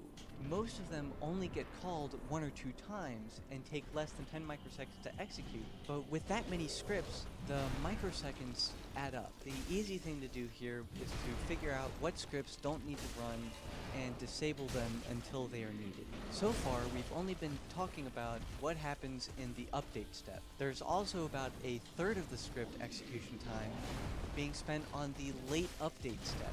All the instances of Dynamic Bone take up 50% of this time, and a single UI panel takes up about 40% of this time. The Dynamic Bone updates make some sense, but the UI updates are really strange. At first, the object that was responsible for this UI panel was called Timeless Panel, but after messing with it a little bit, the load moved to another object. I was very confused. How could this even be possible? Looking for answers, I switched to deep profiling, and I found that there's about 1,500 calls to update transform and update geometry here. Looking at the code for these functions, there isn't any obvious big loops or anything, just matrix mode. Switching to the raw hierarchy mode, we can see that even though there are a lot of calls to these functions, only the first call to update self takes a long time to calculate. Matrix multiplication is taking a lot of time. There's a lot of calls to dynamic lists, but after looking at the code, there isn't really much that is inefficient on its own. The next thing we can try is to reduce the number of calls to these functions. One by one, I started disabling the panels to see if the number of calls to update transform would go down. Strangely, it didn't really go down as much as I would expect it to. Turns out, I was running around in circles because after I disabled the prompt parent, all of the calls went away. These are the things that actually matter for performance. There's a lot of speculation on the internet about what is bad code or not performing. And most of it is wrong.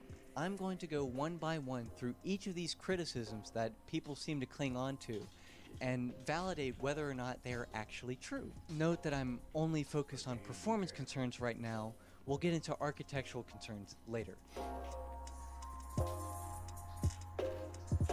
By far, the most abundant criticism is the lack of switch statements and opting to use else if chains instead. I've benchmarked 3 different scenarios. Else if versus switch case with one integer input and a boolean output, and else if versus switch case with an integer input and a string output, and a switch case versus integer to enum typecasting with one integer input and enum output. Each of these scenarios are run for 10 million iterations. The results show that yes, technically, switch cases are in fact faster than else if chains, but we had to do that 10 million times in order to see any difference that was statistically significant.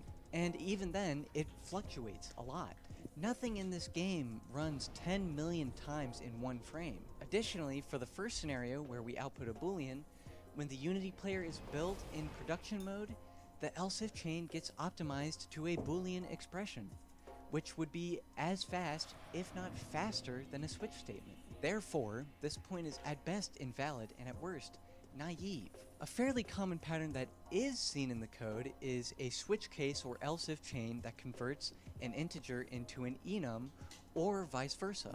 This is completely valid, but C# allows you to explicitly cast integers into enum values.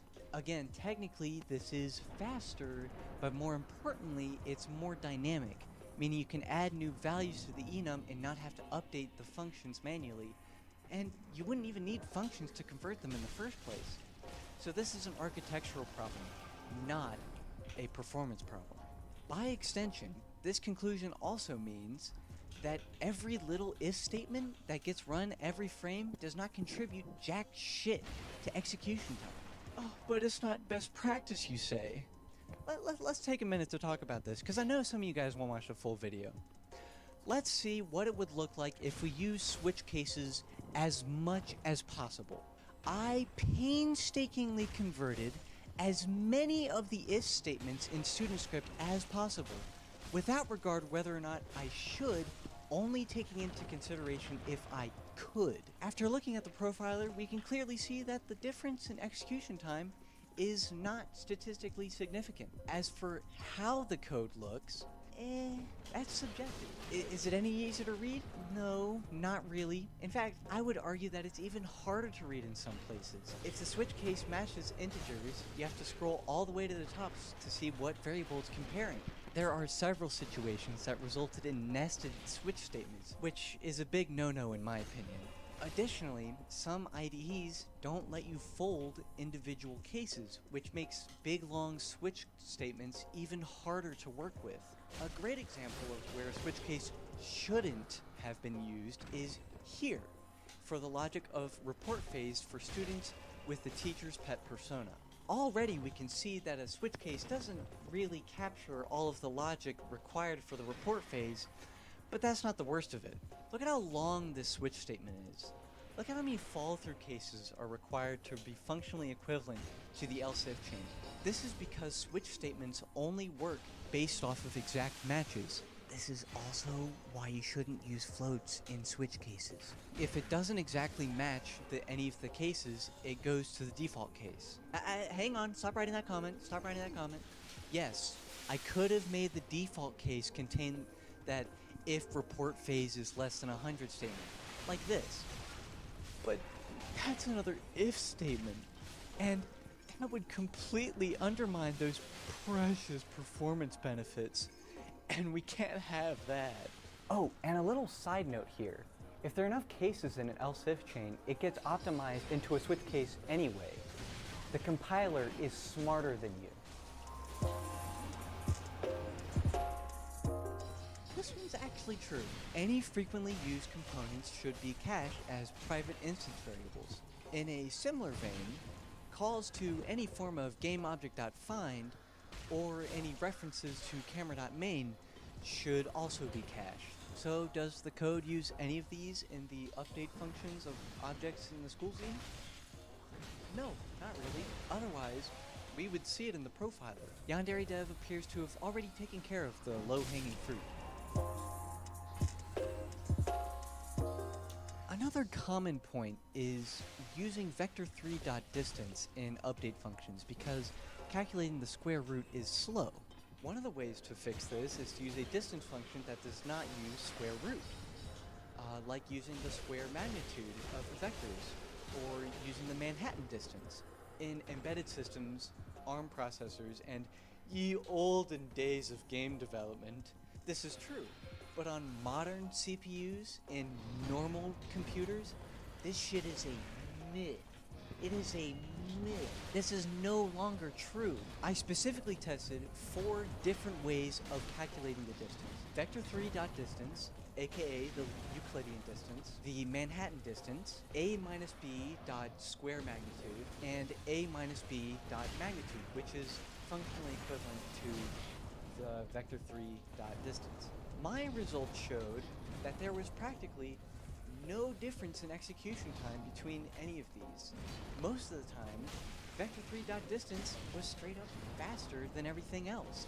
The reason that square root operations don't matter anymore on modern desktop CPUs is because the operation is computed with a single CPU instruction. This is the source code for the GCC compiler. And right here in the square root function, a single instruction is being used. One instruction, one clock cycle. You can't get faster than that. Let's talk about actual performance concerns. Code that runs every frame should avoid operations and functions that allocate memory as much as possible. And if memory allocation is required, it should do it all at once. Here are some examples of stuff that allocates memory. String concatenation, linQ expressions, like anything that makes an array, and instantiating and destroying objects. In a similar vein, code that runs every frame should also cache things that take a long time to process.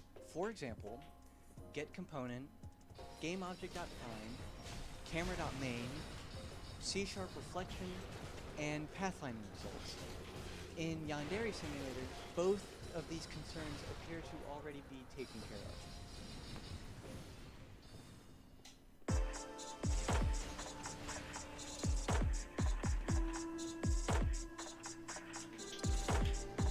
Now that we're done talking about performance for the time being, let's jump into the game's architecture. Now, there's no denying that this game is a mess. Even Yandere Dev thinks so. But in my stream, I focused a little bit too much on cosmetic style things rather than architectural problems. Let's take a look at how Yandere Simulator is structured. Most of the core important stuff appears to reside in Yandere script, student script, and student manager script. Before we jump into this, I would like to point out how Yandere script and student script are a few thousand lines shorter than the ones I showed on stream. This is a great demonstration that line count doesn't matter. I used a different decompiler this time around, and this decompiler likes to remove squiggly brackets around one-line if statement clauses. It's also generally more accurate, as you'll see later on when we talk about decompiler artifacts.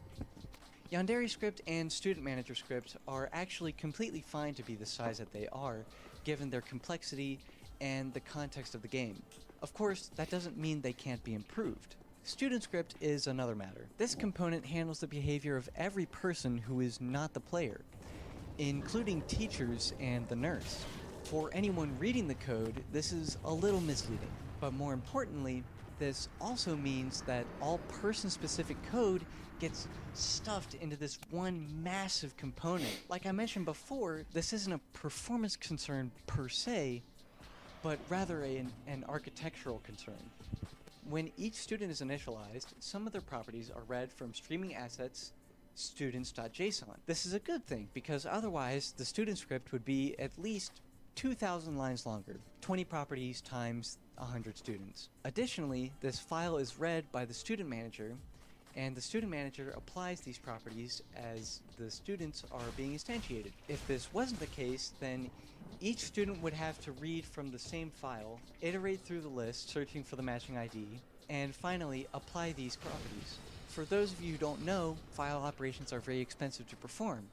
To open a file, the programmer has to make a syscall to the kernel. When the open syscall is made, the thread stops executing to allow the context switch from user space into kernel space, check permissions and whatnot, and receive a file handler. Of course, the details vary between operating systems. Anyway, the problem with this approach for students is that any student-specific behavior is muddled and interwoven with generic student behavior. Let's come up with an alternative that would enable the separation of student-specific behavior from generic student behavior.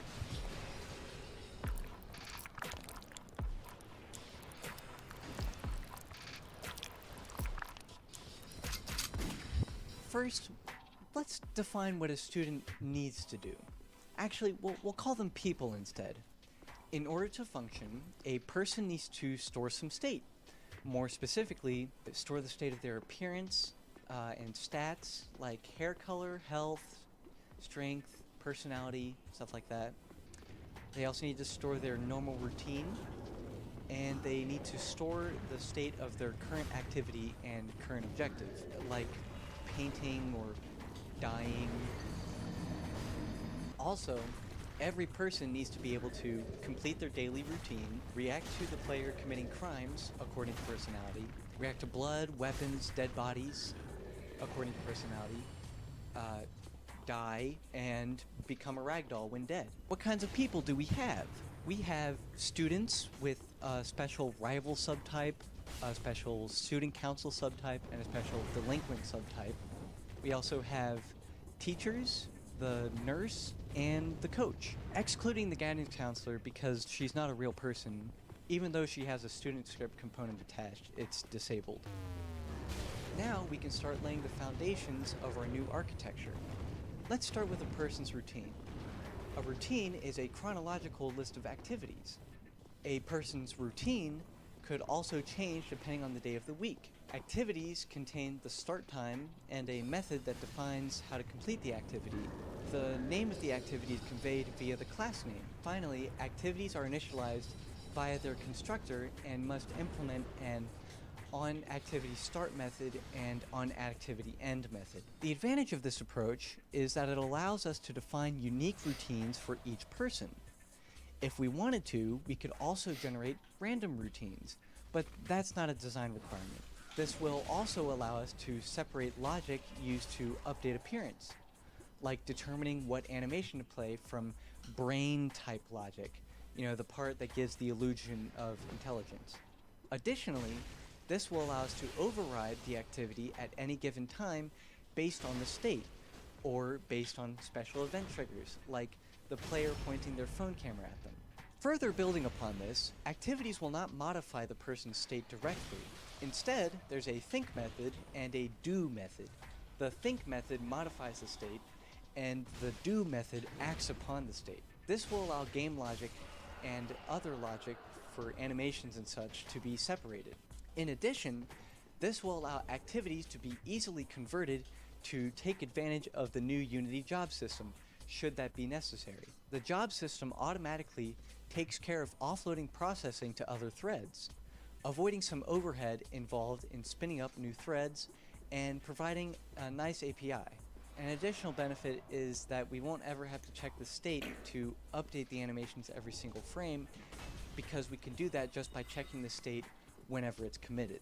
Now that we have this foundation set, all of the remaining requirements are pretty trivial to implement. Reacting to seeing a crime, blood, weapons, dead bodies can be implemented in a special activity that gets executed no matter what the current activity is. This activity would commit state when a person is alerted to trigger an override of the current routine's activity. Dying and becoming a ragdoll would stop the execution of all activities for that person. I'm not saying that this architecture is the best possible solution. There is certainly a lot of room for improvement. For example, this architecture won't work well for activities that require multiple people. This is merely an example of what it could look like instead of what it is currently. This is a fairly object-oriented approach, which I know isn't the hot new design paradigm, but given the problem, this felt like the most natural solution.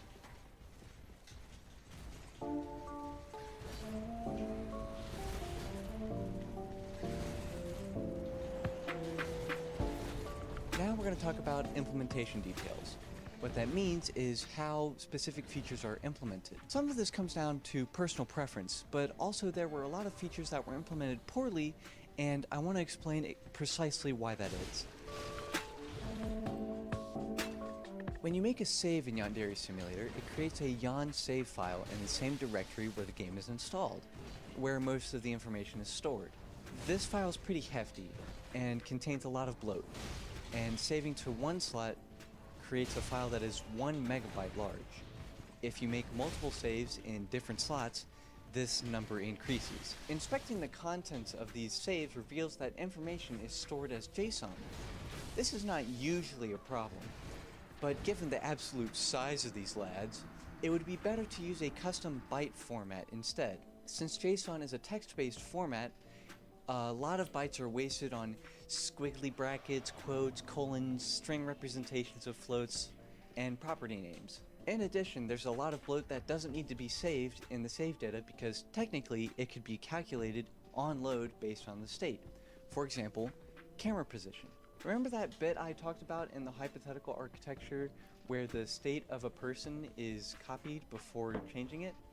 The same concept could be applied to saving and loading. But that file isn't the only place where save data is stored.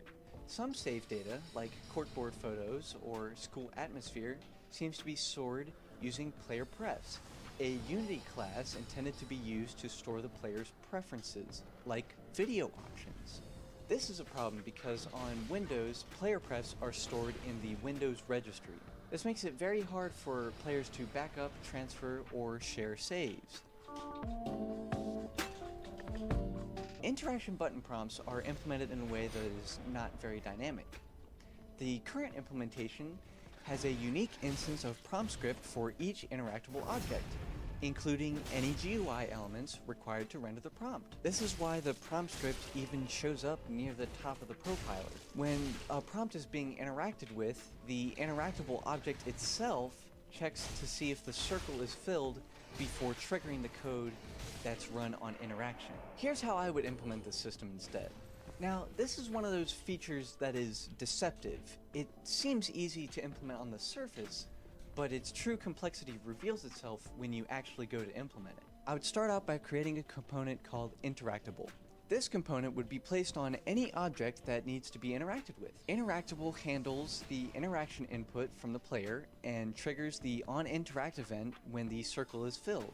For each object that is interactable, a new component is created, or an existing component is used to add an onInteract method that handles the event. Now, this may seem pretty simple, but this is actually a pretty naive implementation so far. There are a few problems with this. There's no indication to the user that a given object is interactable if it's not in range. And if there's two interactable objects in range, two prompts appear when only the one that the user wants should appear. This is where that hidden complexity starts to reveal itself. The first problem can be solved very easily and in many different ways, so I'll leave that as an exercise to the viewer.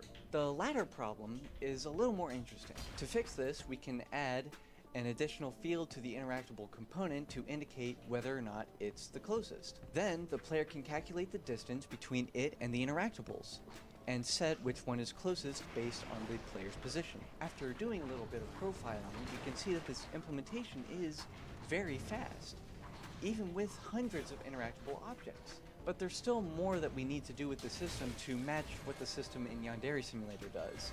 Since only one prompt needs to be visible at one time, we can save ourselves the trouble of instantiating and destroying the prompts by just having one available and disabling it when it's not needed. While we're at it, we can add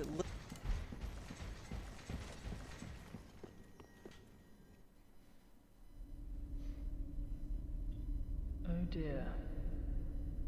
Another dogged contender. Welcome, unkindled one. Purloiner of cinders. Mind you, the mantle of Lord interests me none. The fire-linking curse, the legacy of lords, let it all fade into nothing. You've done quite enough.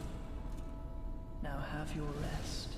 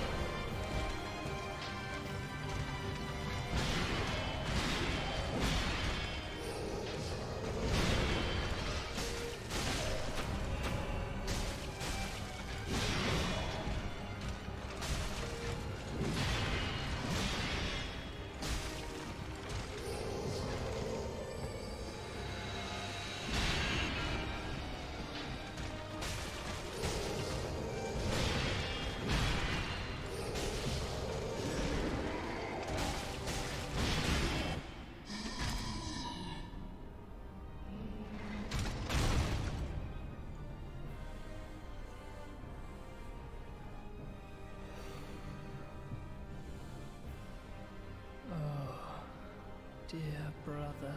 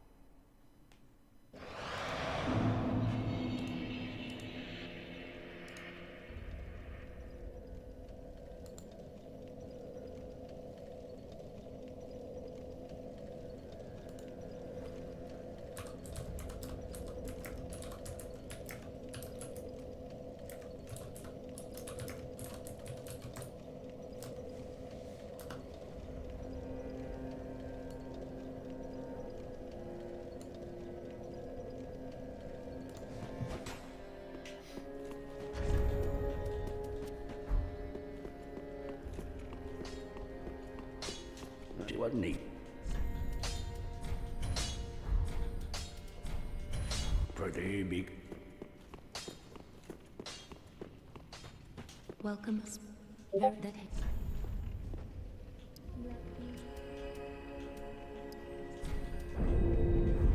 farewell, Ashen One.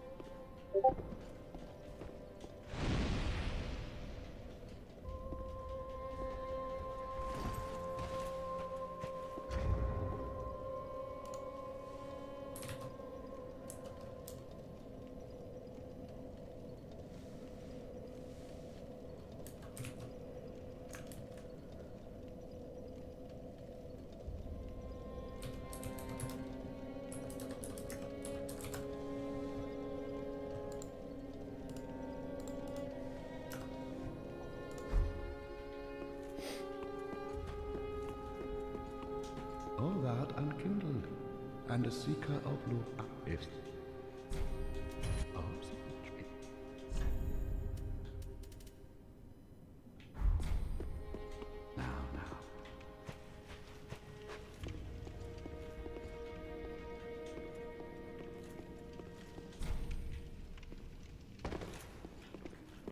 What's wrong? I see as curses.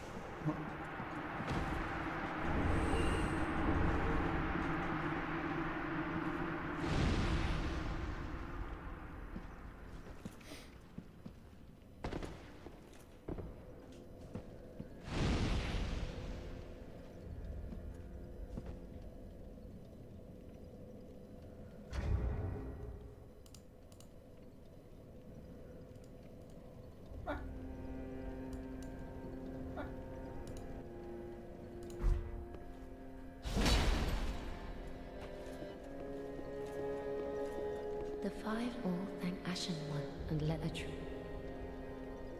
Ashen One, has the little Lord Ludleth spoken to a sense of a thing once most pray tell?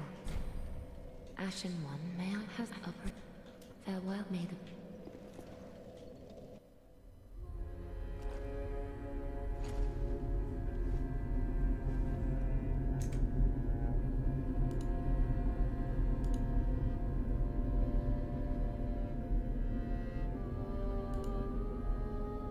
noble lords of Cinder. The fire fades.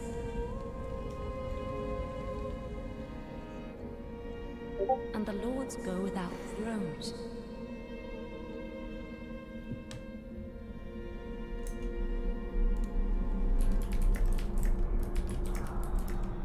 Surrender your fire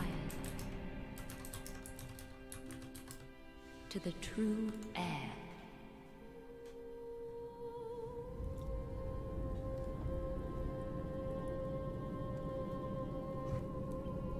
I don't know why I wanted to play Dark Souls 3, but it's only taking me like 4 hours to beat it. Almost. Webcam. I wish it was webcam. If you know what I'm saying.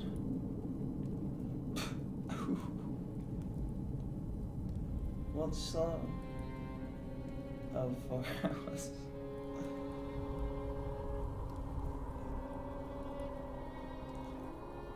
I probably could have done it quicker.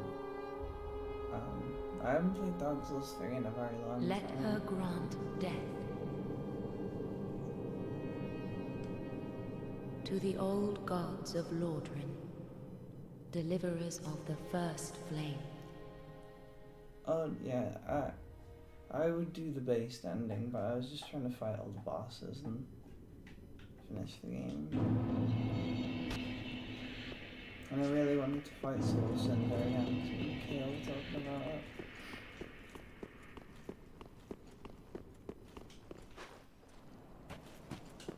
So epic.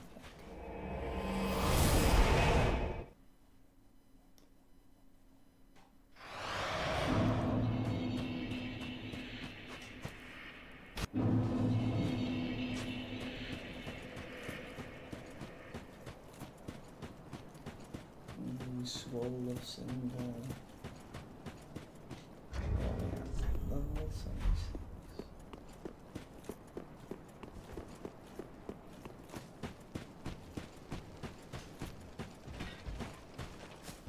He's so cool.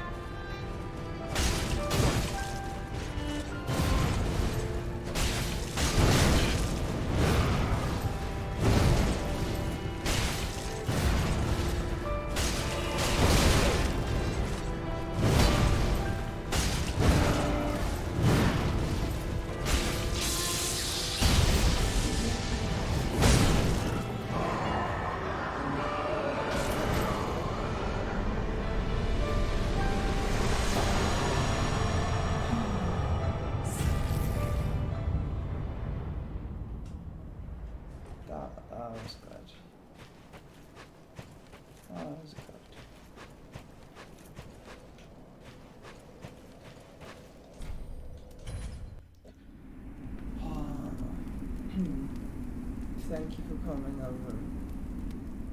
It was all worth it.